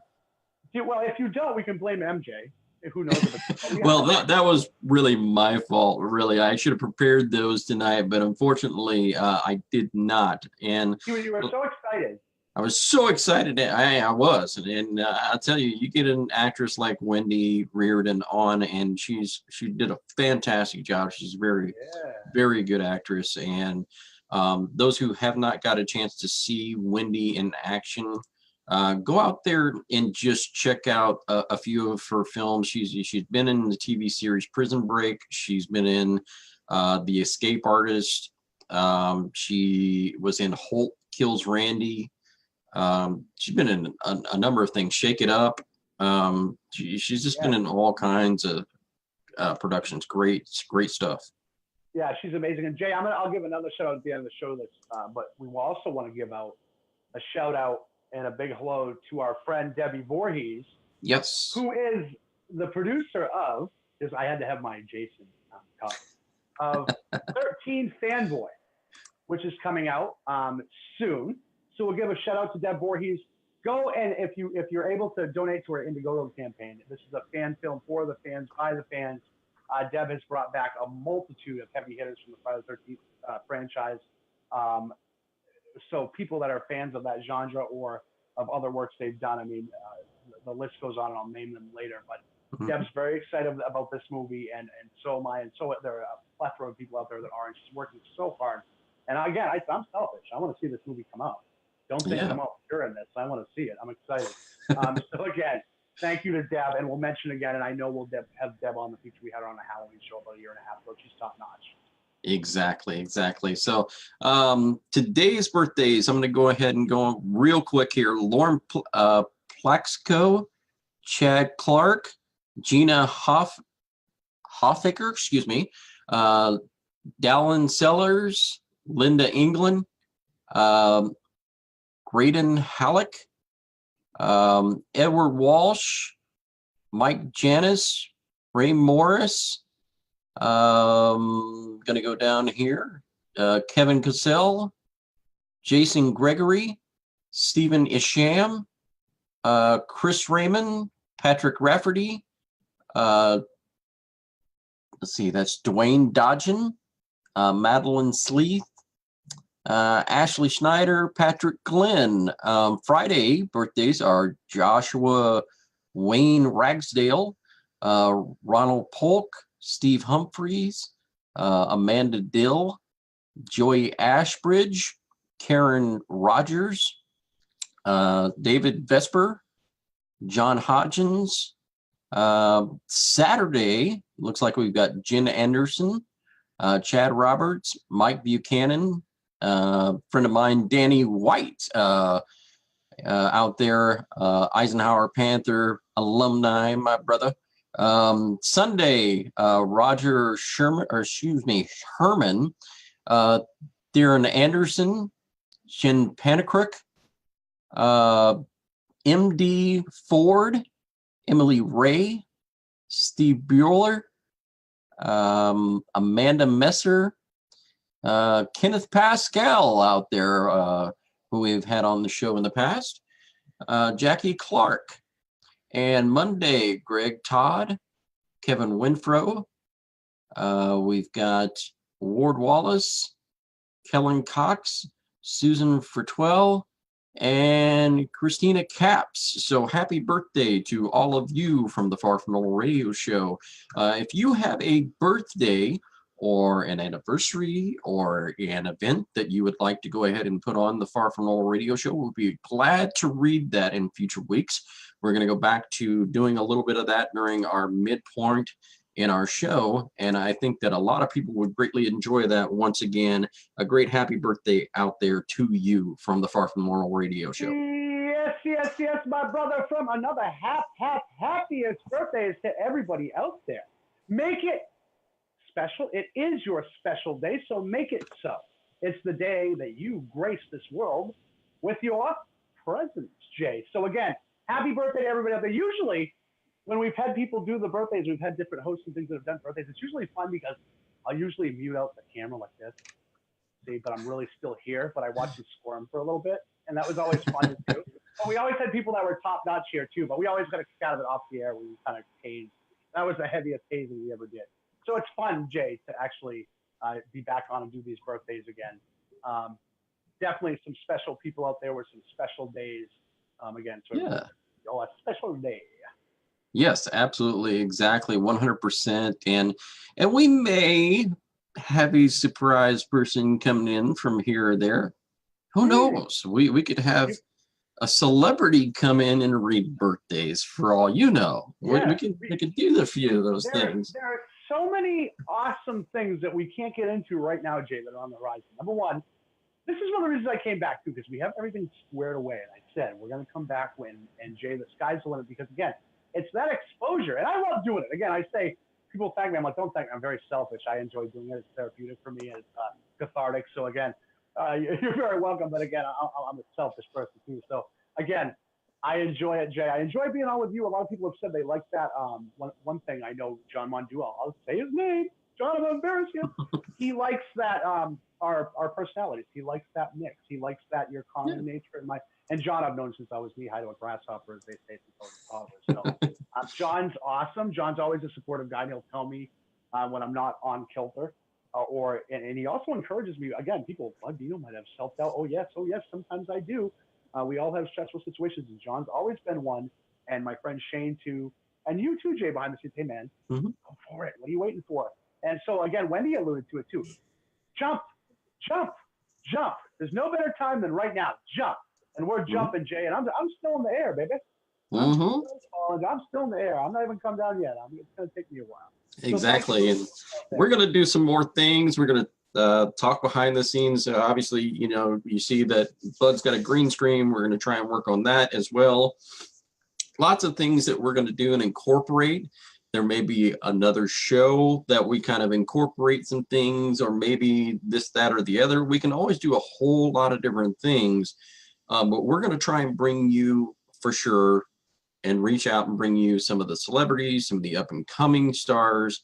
I know that there's some great ones out there that we haven't even gotten to yet. Yeah, that's one good thing, Jay. If I could, see, I walk on you, Alexi. I might as well wear big boots if I step on you so much, especially during this show. I'm so excited. I'm like a toddler in a toy store. I'm just so excited. Jay, yes, and you mentioned some people that have been on the show before, and again, that's the exciting thing of it. We really have some great, and again, people will learn more in the future that the great direction this is heading, and we have the ability too to where a lot of people get a lot of exposure that didn't have it.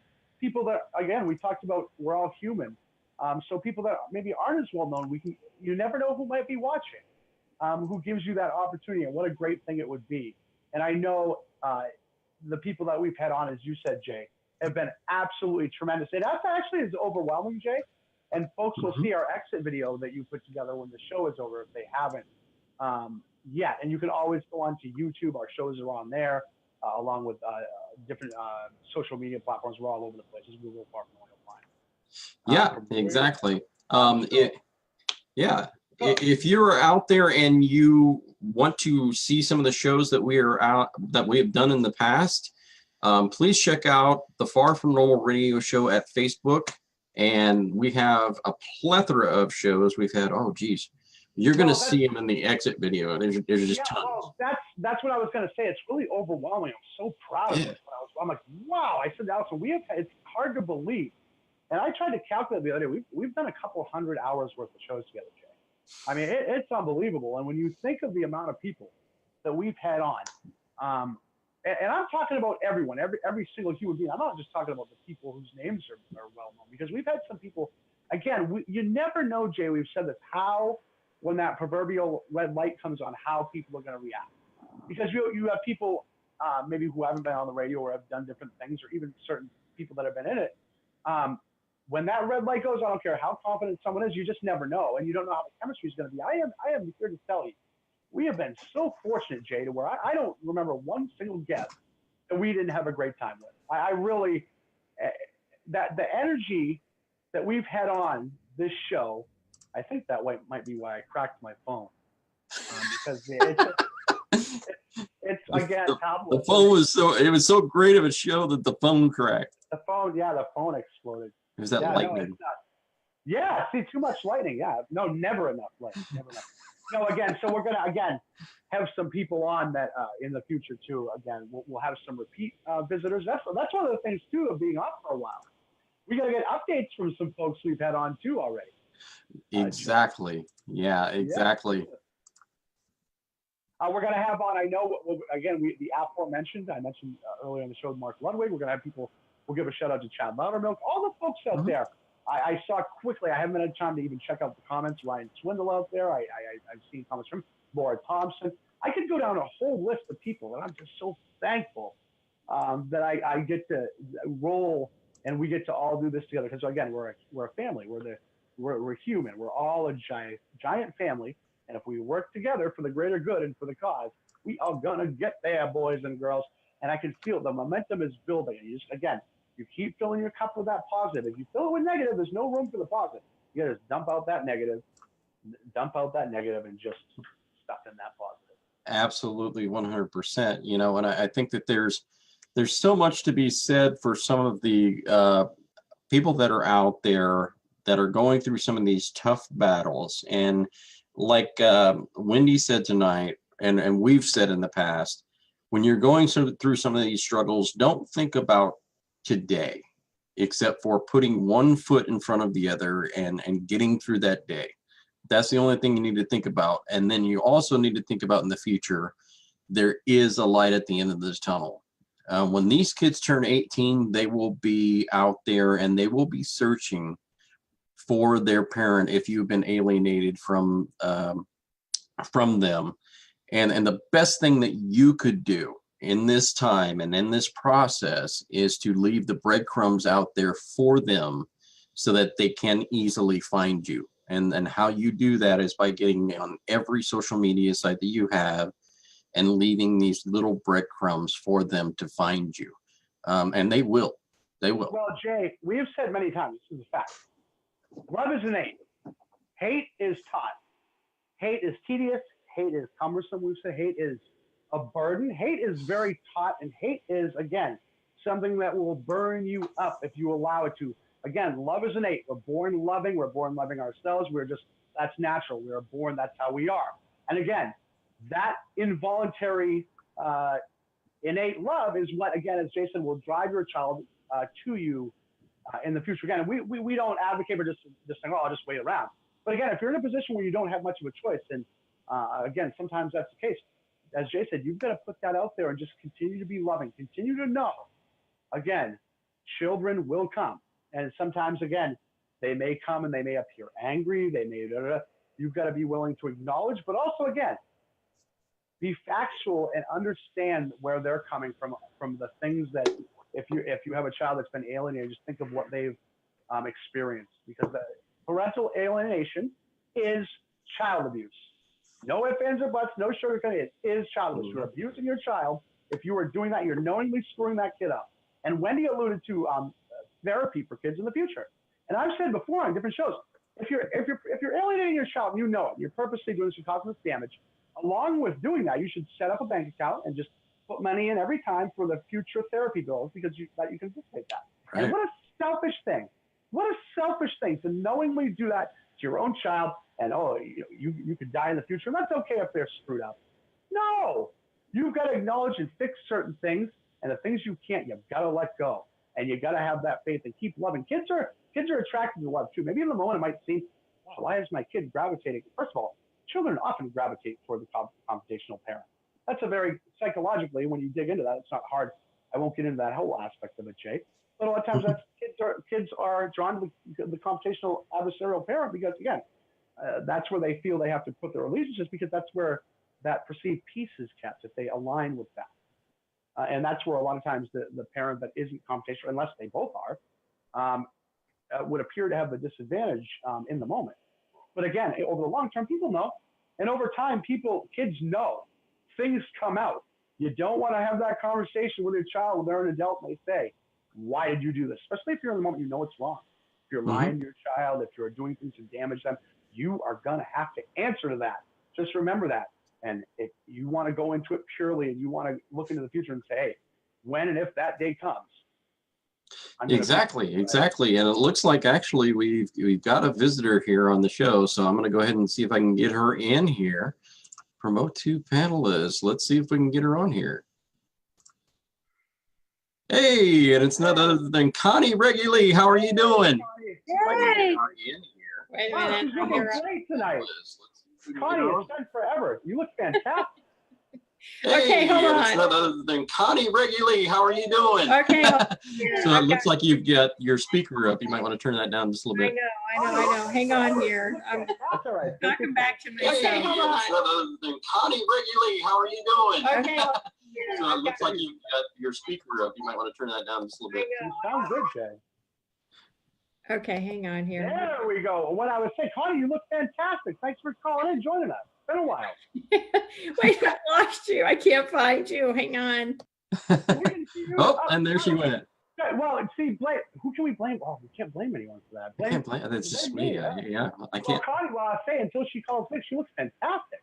Yeah, she looks good. She looks good. Now it's funny that it's funny because I always think of Connie when I ask you for pronunciations of names that people were having on, because I think actually hers is the very first name I butchered on there where I was confident I had it right and I didn't. So I always think of Connie when I am trying to pronounce names because I think I really did butcher her. When I first met her. It looks like I've got her back here, so I'm gonna go ahead and unmute. There you go. Yeah, I'm back. Yeah, I was Awesome. I had Facebook going and I had Zoom going and my cell phone going, so everything was going. Quickly for people that don't know, Miss Connie Reguly is regularly. I'm sorry, I just did it again. Is a very well respected attorney out of Tennessee. So thank you again for joining us. Oh, thank you. So I'm in Kingsport, Tennessee, the belly of the beast. I drove 5 hours this afternoon to come over here to face the beast tomorrow morning in juvenile court on a case that will not go away. We're going on, let's see, 2011. How many years is that? That's about 7. You've got 7 years. That's half of a lifetime for a child, right? That's like half of a child's lifetime. So here we are. So well, good luck to you, Connie. And again, I know most people do know who you are out there, but Connie is quite the pioneer. And I know she does so much for the parental equality movement. Again, we've had her on the show before. She's a go-getter. Connie, I will say that. I'll use this term in a very, very benevolent way, in a very awesome way. You're a bulldog out there. Well, you don't take any BS and you go for it. So again, hats off to you. yeah, well, I'm not sure if I call myself a pioneer. I'm not sure what it is. I keep trying to figure out the definition. Some people call it a gladiator. I don't know. They certainly find new ways to come after me all the time. And, I ultimately I just drive them to the edge of sanity, which is what they do to us all the time. Right. Mm-hmm. And so, I feel really proud when I drive everybody in the system to the edge of sanity. That's kind of my goal on a day-to-day basis. I used to say as an attorney, here's how I measure my success on any given day. It's like, did I catch anybody in a lie? Did I make anybody cry? Did I either keep somebody out of jail or send somebody to jail? And hopefully at the end of the day, I've made a little money. So, I kind of have to do that. Go through it. It all weighs out exactly. So what time do you have court in the morning, Connie, if I can ask? It's 10 o'clock Eastern. So good. So you're going to be up, have a nice breakfast and get ready. And you're going to share with us how things turn out tomorrow as much as you possibly can. I will. But, every time I do that, they put a gag order on me. So, because they don't want me to tell what's going on. It's crazy. See, this is what we talked about, right? Even attorneys are having gag orders placed on them, which I think isn't a violation of the First Amendment. Is that correct? Oh man, Mhm. it's so aggravating. I read this whole law review article on silencing attorneys, and it's like, you know what? Attorneys know more about what's going on in the system than anybody else. Because I see not only your case and your case, I see like hundreds of cases. So it's not where somebody can just go, oh, you just had a bad day in court, Jay. You're just mad. Oh, Bud, you just had a bad day in court. Judges didn't believe you, man. I see like tons of stuff. And Well, every day, it like never ceases to amaze me. Like today, or I guess it came in yesterday afternoon, I get like this freaking show cause order like emailed to me from a judge saying like my client has to appear in court to decide what kind of civil sanctions he might tender against her. I'm like, oh, what are you talking about? Like, first of all, I ain't going to be around Thursday when, and it's like, to do a default judgment against her. I'm like, it's my client's complaint, Judge. You can't do a default client against my client's own complaint. I think we're seeing that more and more, Connie, and I think Jay, you can attest to this. yeah, I think what we're seeing more and more of. Well, attorneys that are more vocal and out there and honest, Well, they seem to be catching a well, lot more heat. Yeah, well, I mean, attorneys that know their stuff and they've been around the system for quite a while, they're going to know when a new judge or a younger tenured judge is acting out of jurisdiction or saying something that's just completely irrelevant or asinine. That just makes it vexatious litigation. It's not the young judges. I mean, I would rather have a young judge because most of the time, old gray-haired Connie walks in the courtroom and a young judge is going to listen to me because they know they probably don't know all the law. It's the older judges who nobody ever ruffles their feathers. And so they think they can do what they want. Nobody ever gives them a law book. Nobody ever challenges them on their legal decisions, right? And so they get like really hyped up and really arrogant. The young ones are so much easier to deal with.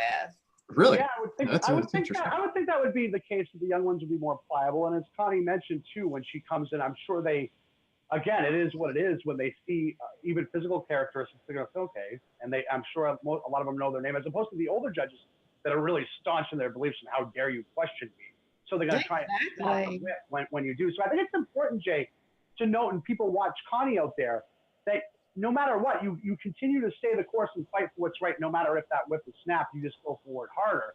When you know what's right, you know what's wrong. So again, a hats off to you, Connie, and good luck tomorrow. And please, if I can, it's family first, right? Is one of your Family Forward.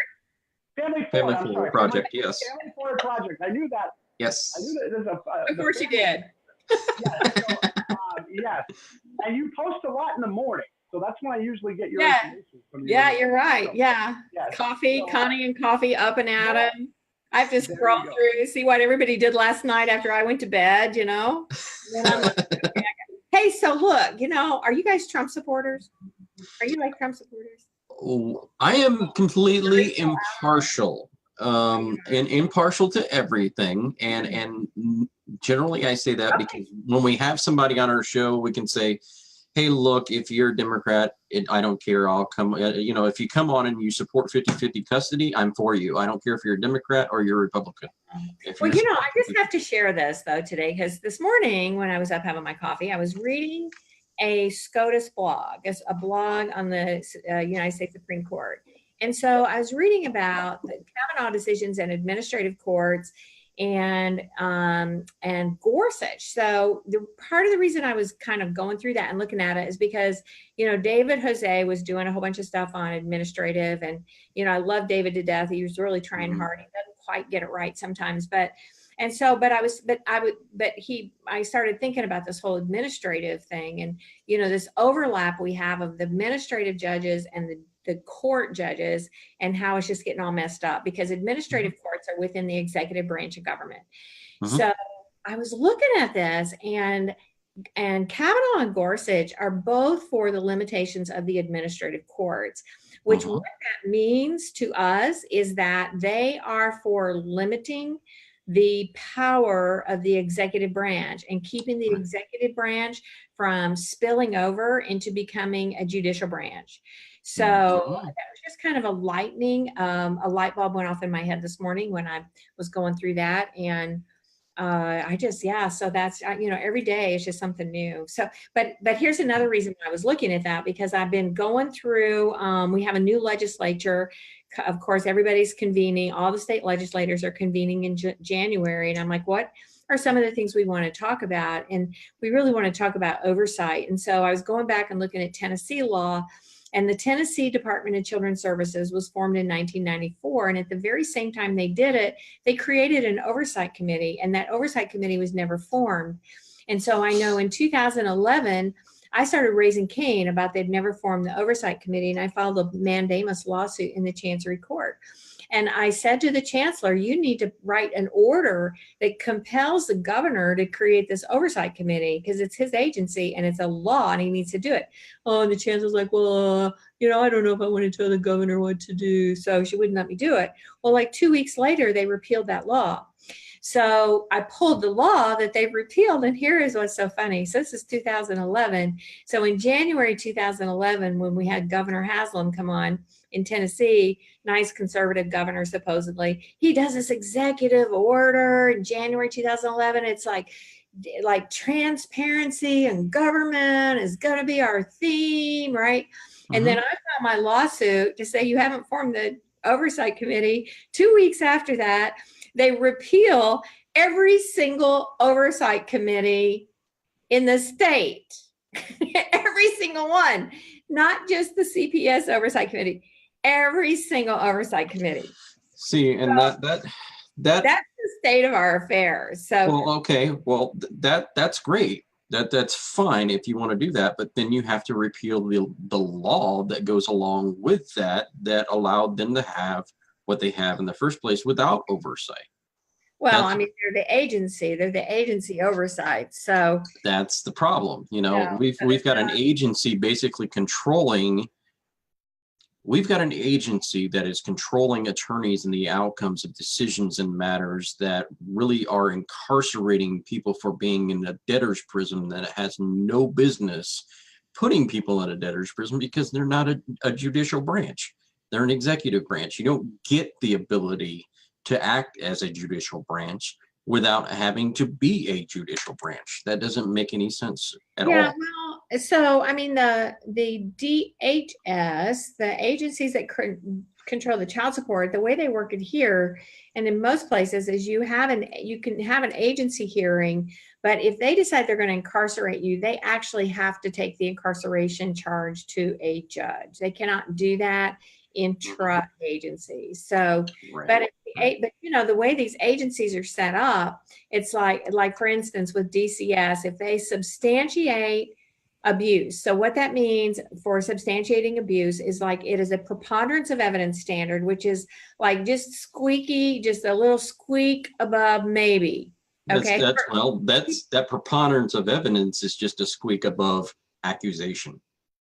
That's all it is. That's what I'm saying. It's a squeak above maybe. So DCS can substantiate child abuse, a squeak above maybe, on hearsay evidence on the file without ever talking to you.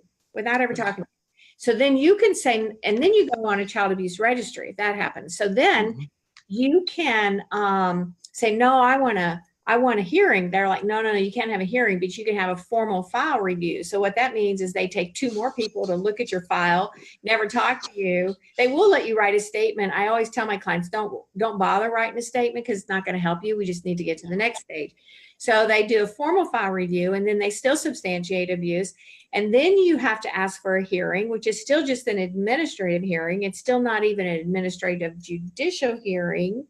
And so, but at least you can call witnesses, and, they have this procedure that they believe they follow. They don't do a very good job of it. But the way I got out of one of those is I filed a constitutional challenge and said that the term abuse and neglect had not been constitutionally defined. So had been defined, it was too ambiguous, especially neglect. Neglect, how do you define neglect? Neglect is the only definition that has neglect in the definition of neglect is the word neglect.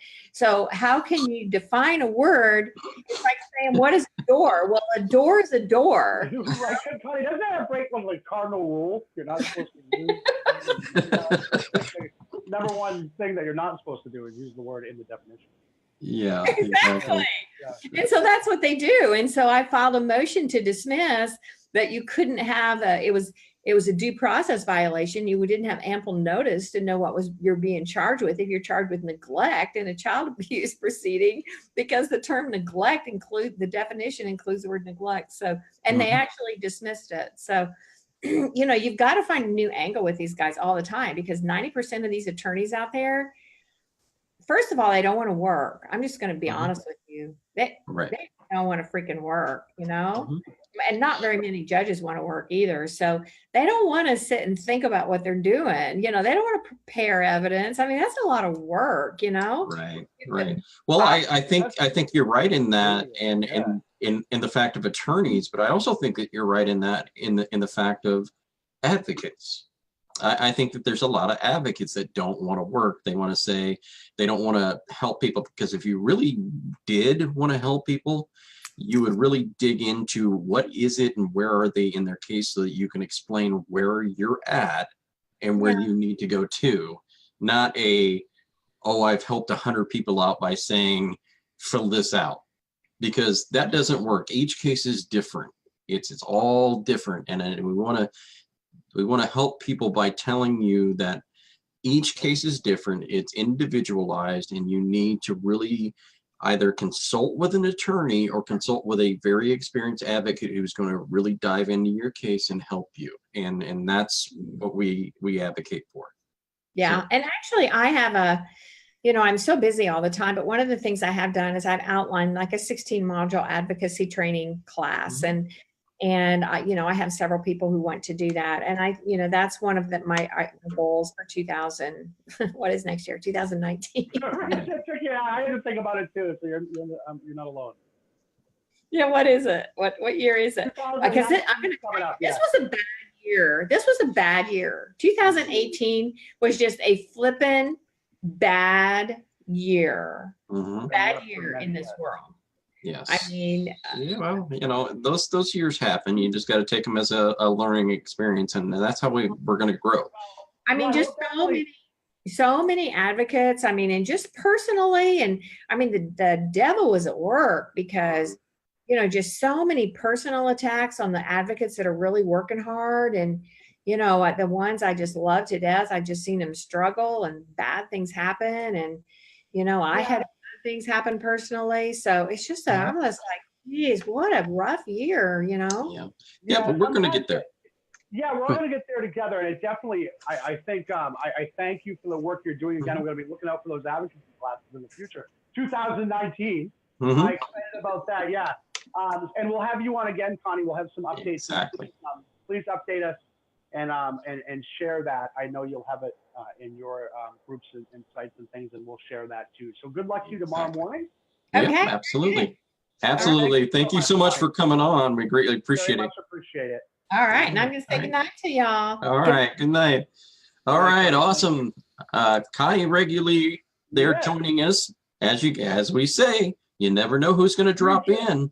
Never know. Tennessee drops in, Jay. Tennessee drops in. And Jay, I cannot believe we say every show, Jay. Haven't been able to say it for about 5 months. I can't believe. What do we call this? The depressing part of the show. The depressing part of the show. But we try and bring the energy anyway, Jay. And I know, again, I want to quickly, before we get into all the shoutouts, again, thank Wendy Riordan for coming on. Wendy, it was an absolute pleasure and a joy. And I know you're smiling. I told you. I said, when you get up, I guarantee you're going to be excited, happy. You're going to be smiling. You're going to feel so good about it. You're going to want to do another show. And you will in the future. We're going to see Wendy in a lot of exciting things in the future. With some people, as I said, to cherish. It's inevitable. The secret is that there's no secret. When you can grasp these sort of things, this sort of, that sort of inner depth where you go, wait a minute. what am I doing? We talked, Wendy touched a lot, and you did too, and we all did, on being different and having insecurities. And believe me, folks, those things you're insecure about most of the time, much of the time, are the things that are your strengths in the end. So harness that in your children too. Those weird things that we want them in this world we live in. You want your kids to be a little different than everybody else. Believe me, you don't want it in that way. So again, we thank Wendy, and for Cherish coming up next week. We are more than excited.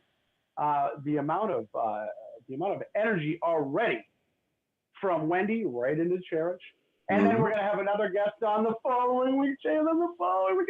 You know who it is? Nope, you don't. And I'm not going to tell you. You're going to have to tune in next week. And there are so many exciting things, Jay, I told you. We're going there together, baby. And again, the sky's the limit, Jay. Again, I want to thank you. I'm going to give more shout outs. I'm going to let you go. Awesome, brother. Yeah, we're going to go roll into shout outs, and we'll start with you, my brother. You can give these shout outs right now.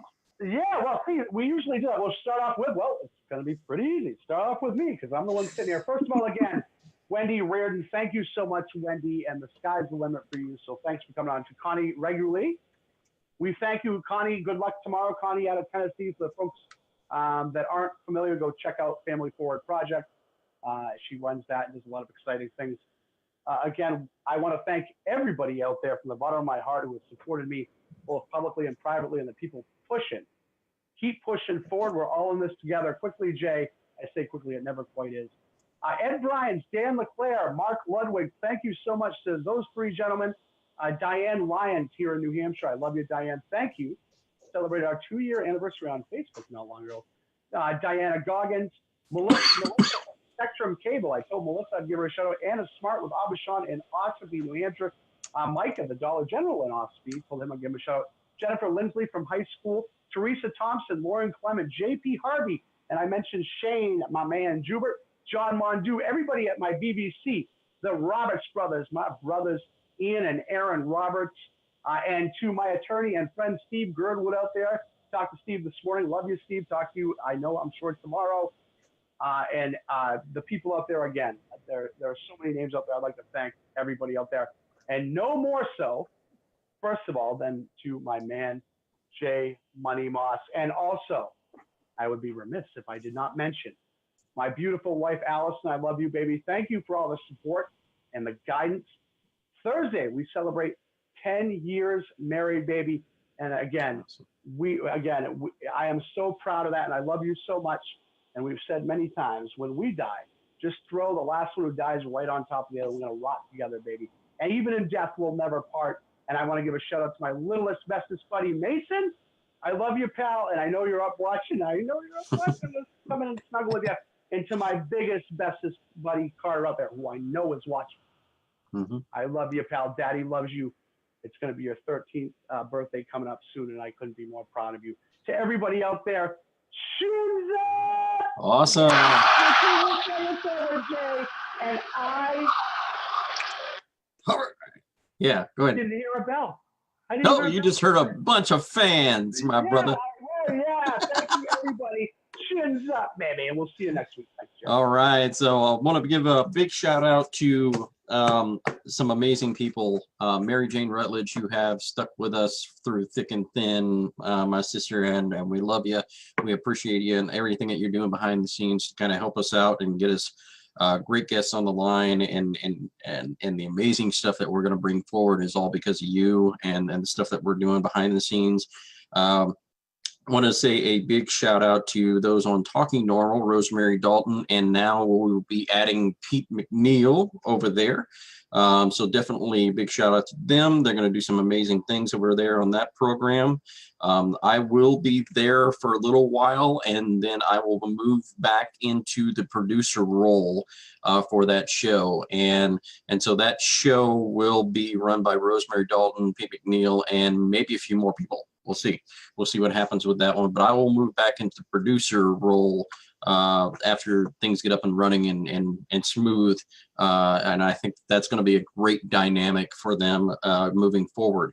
So big shout out to Wendy Riordan, who we can't say enough about. She was amazing. Big shout out to Connie regularly, and our amazing brothers out there, Randy Davis, Neil Shelton, for picking up and doing things on the drop of a hat like they did. Amazing job with John Schneider, guys. Definitely got a big rev it up out of Wendy tonight, and she loved that. So awesome. Big shout out to Christy Ashley out there. Christy's been a big supporter of us for a very, very long time. Melissa McDonald, Amy Davidson out there, Anthony Gadones, just a lot of people out there who are supporting and loving the show and what we do, and love the fact that we have gotten back together to do the FFN show. And I'm telling you, this is just the tip of the iceberg, people. It's going to get bigger and bigger and bigger. It's awesome. And it's going to explode. So a great big shout out to all of those people out there. And as we say every week on the Far From Normal radio show, you are important, you are loved, and you are cared about. God bless, peeps. Yeah.